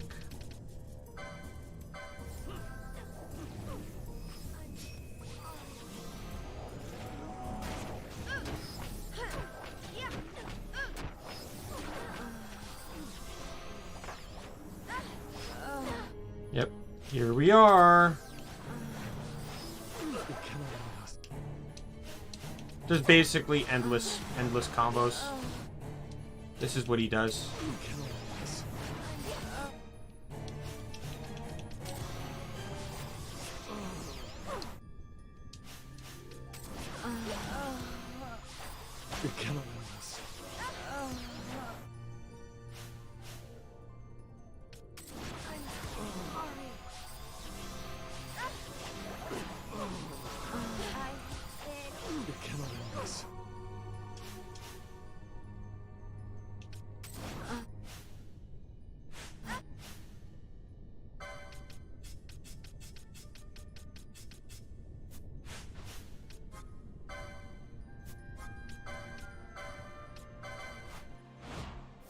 Get this guy fucking killed.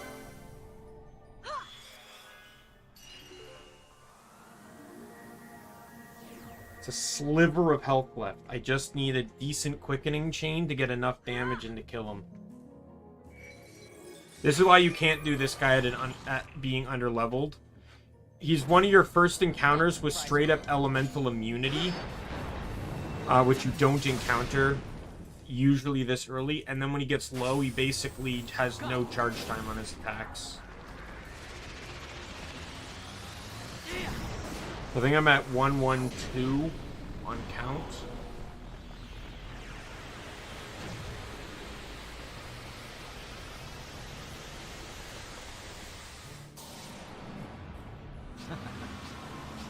Oh,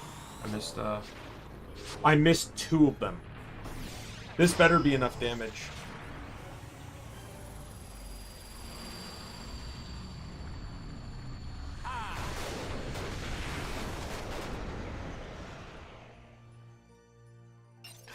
Yeah.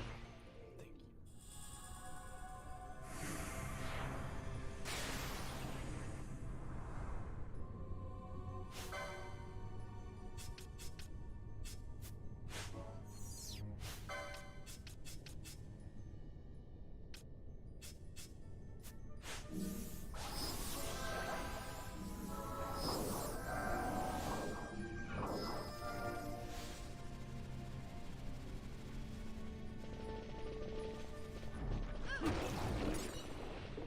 Alright. Let's head to Ravenaster, turn in this hunt, and we'll call the stream.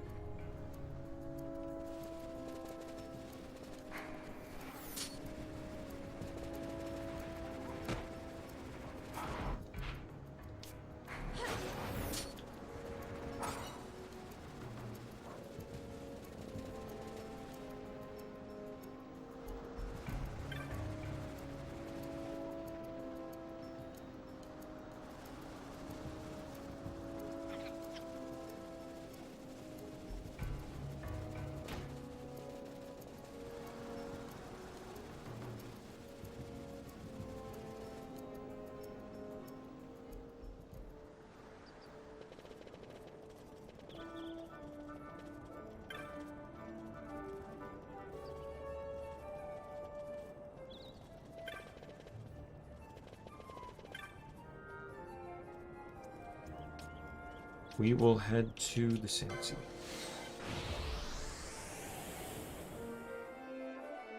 I'll save at Phon Coast.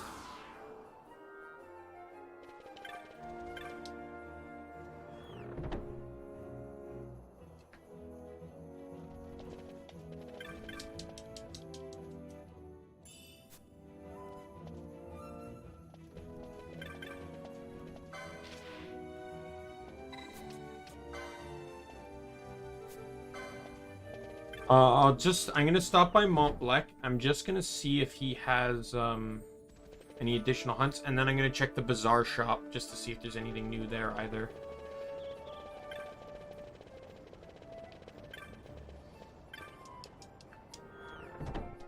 Like, I probably got a decent chunk of change from going through the cavern there.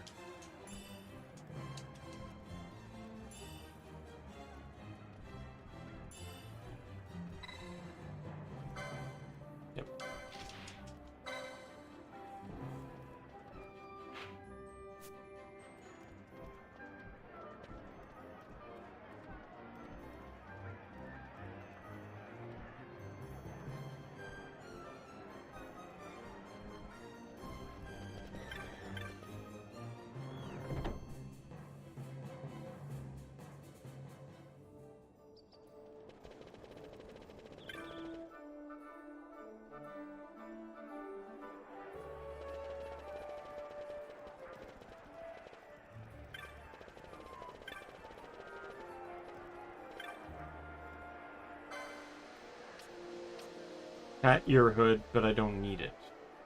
Turns license points into guild. That is, like, by far right now the last thing I need. I can buy bubble. I can buy ethers now too, which is really nice. I can buy more of these two. I would like to have a few more of those. I'm actually going to buy 6 of those because they're very useful all around for the team. And then I think I'll just load up on ethers now that I can buy them.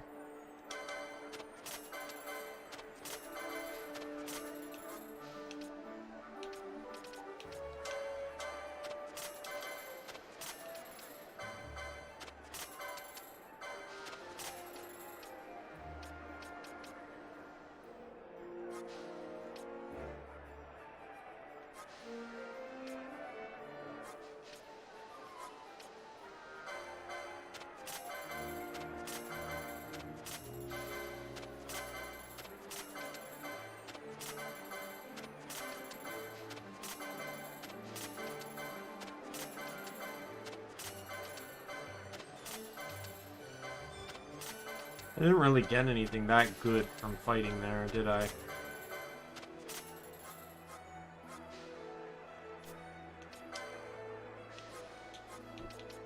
I don't need anything that's based off of HP critical.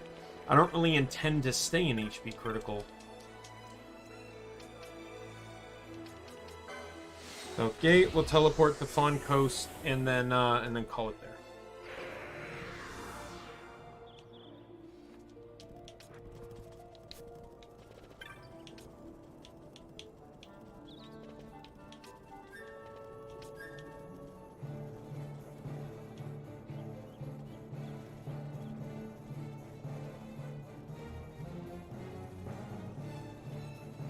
I locked onto him, but I don't know how to, like, change targets.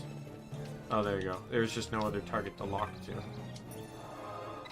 Teleport, and we will be going back to Phon Coast, where we will save and call it a stream.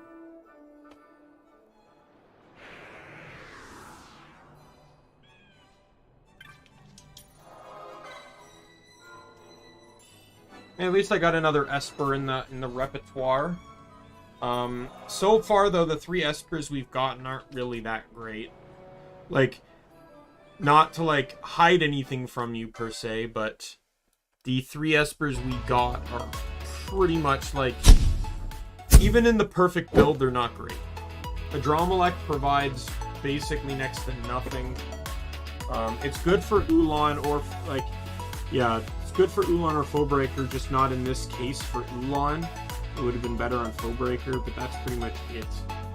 Belias, it's good for Bushi if you care about having another Libra user, but if Basch is your Bushi, it doesn't even matter because he gets Libra by default.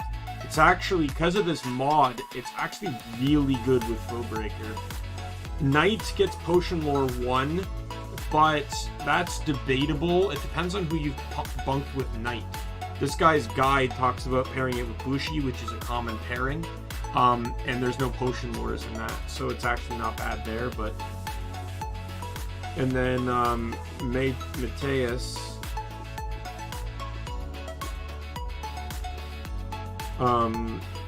is really good for Knight because it unlocks some useful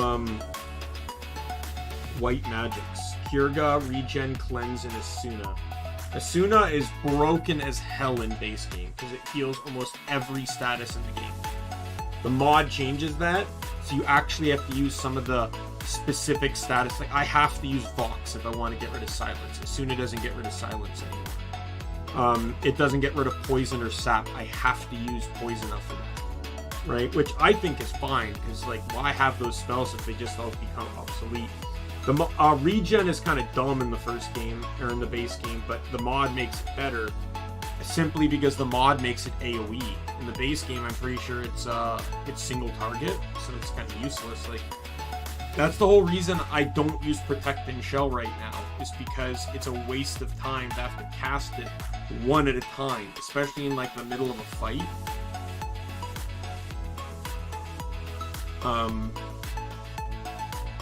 Yeah, so that's going to be it for today. Tomorrow is, I think, Borderlands? Yes, tomorrow is Borderlands. And then once again, I'm going to be taking Sunday off. As stated, I have some things I need to do, and I'm streaming too much to get them done, so until they're done, I will be taking an additional day off a week just to get things caught up and done. It could take... I'm hoping to have it, like, on my week off, I intend to not do that, but, we'll see. Because, like, I might do it on... If I get the Sunday off before my week off, because the week off I booked is Monday through Saturday. Or Monday through Sunday. But if I get the previous Sunday off, I might take that one for myself. Or I might just take the following Sunday for myself. So that way I can have the week, the full day, a full day off after, you know, the chaos of the week off. But yeah, so hopefully I won't have to do that for too long. I do also, like, one of the things I want to get done is that the highlight of me and Twig doing pulling. I'm very slow at editing. In all honesty, like, I'm very slow and at it. I almost kind of wish Twig was uploading this highlight reel, because she would have had it done now, because she's an editing pro. Yeah, so these are just some things I want to do. So I just have to get through it, and I need to take a day off to do it. So with that said, my name is Daimien Kamiya, I'm the Omni King, and be you friend, foe, or member of the Omni Council. I'm going to see you later. Goodbye, everyone.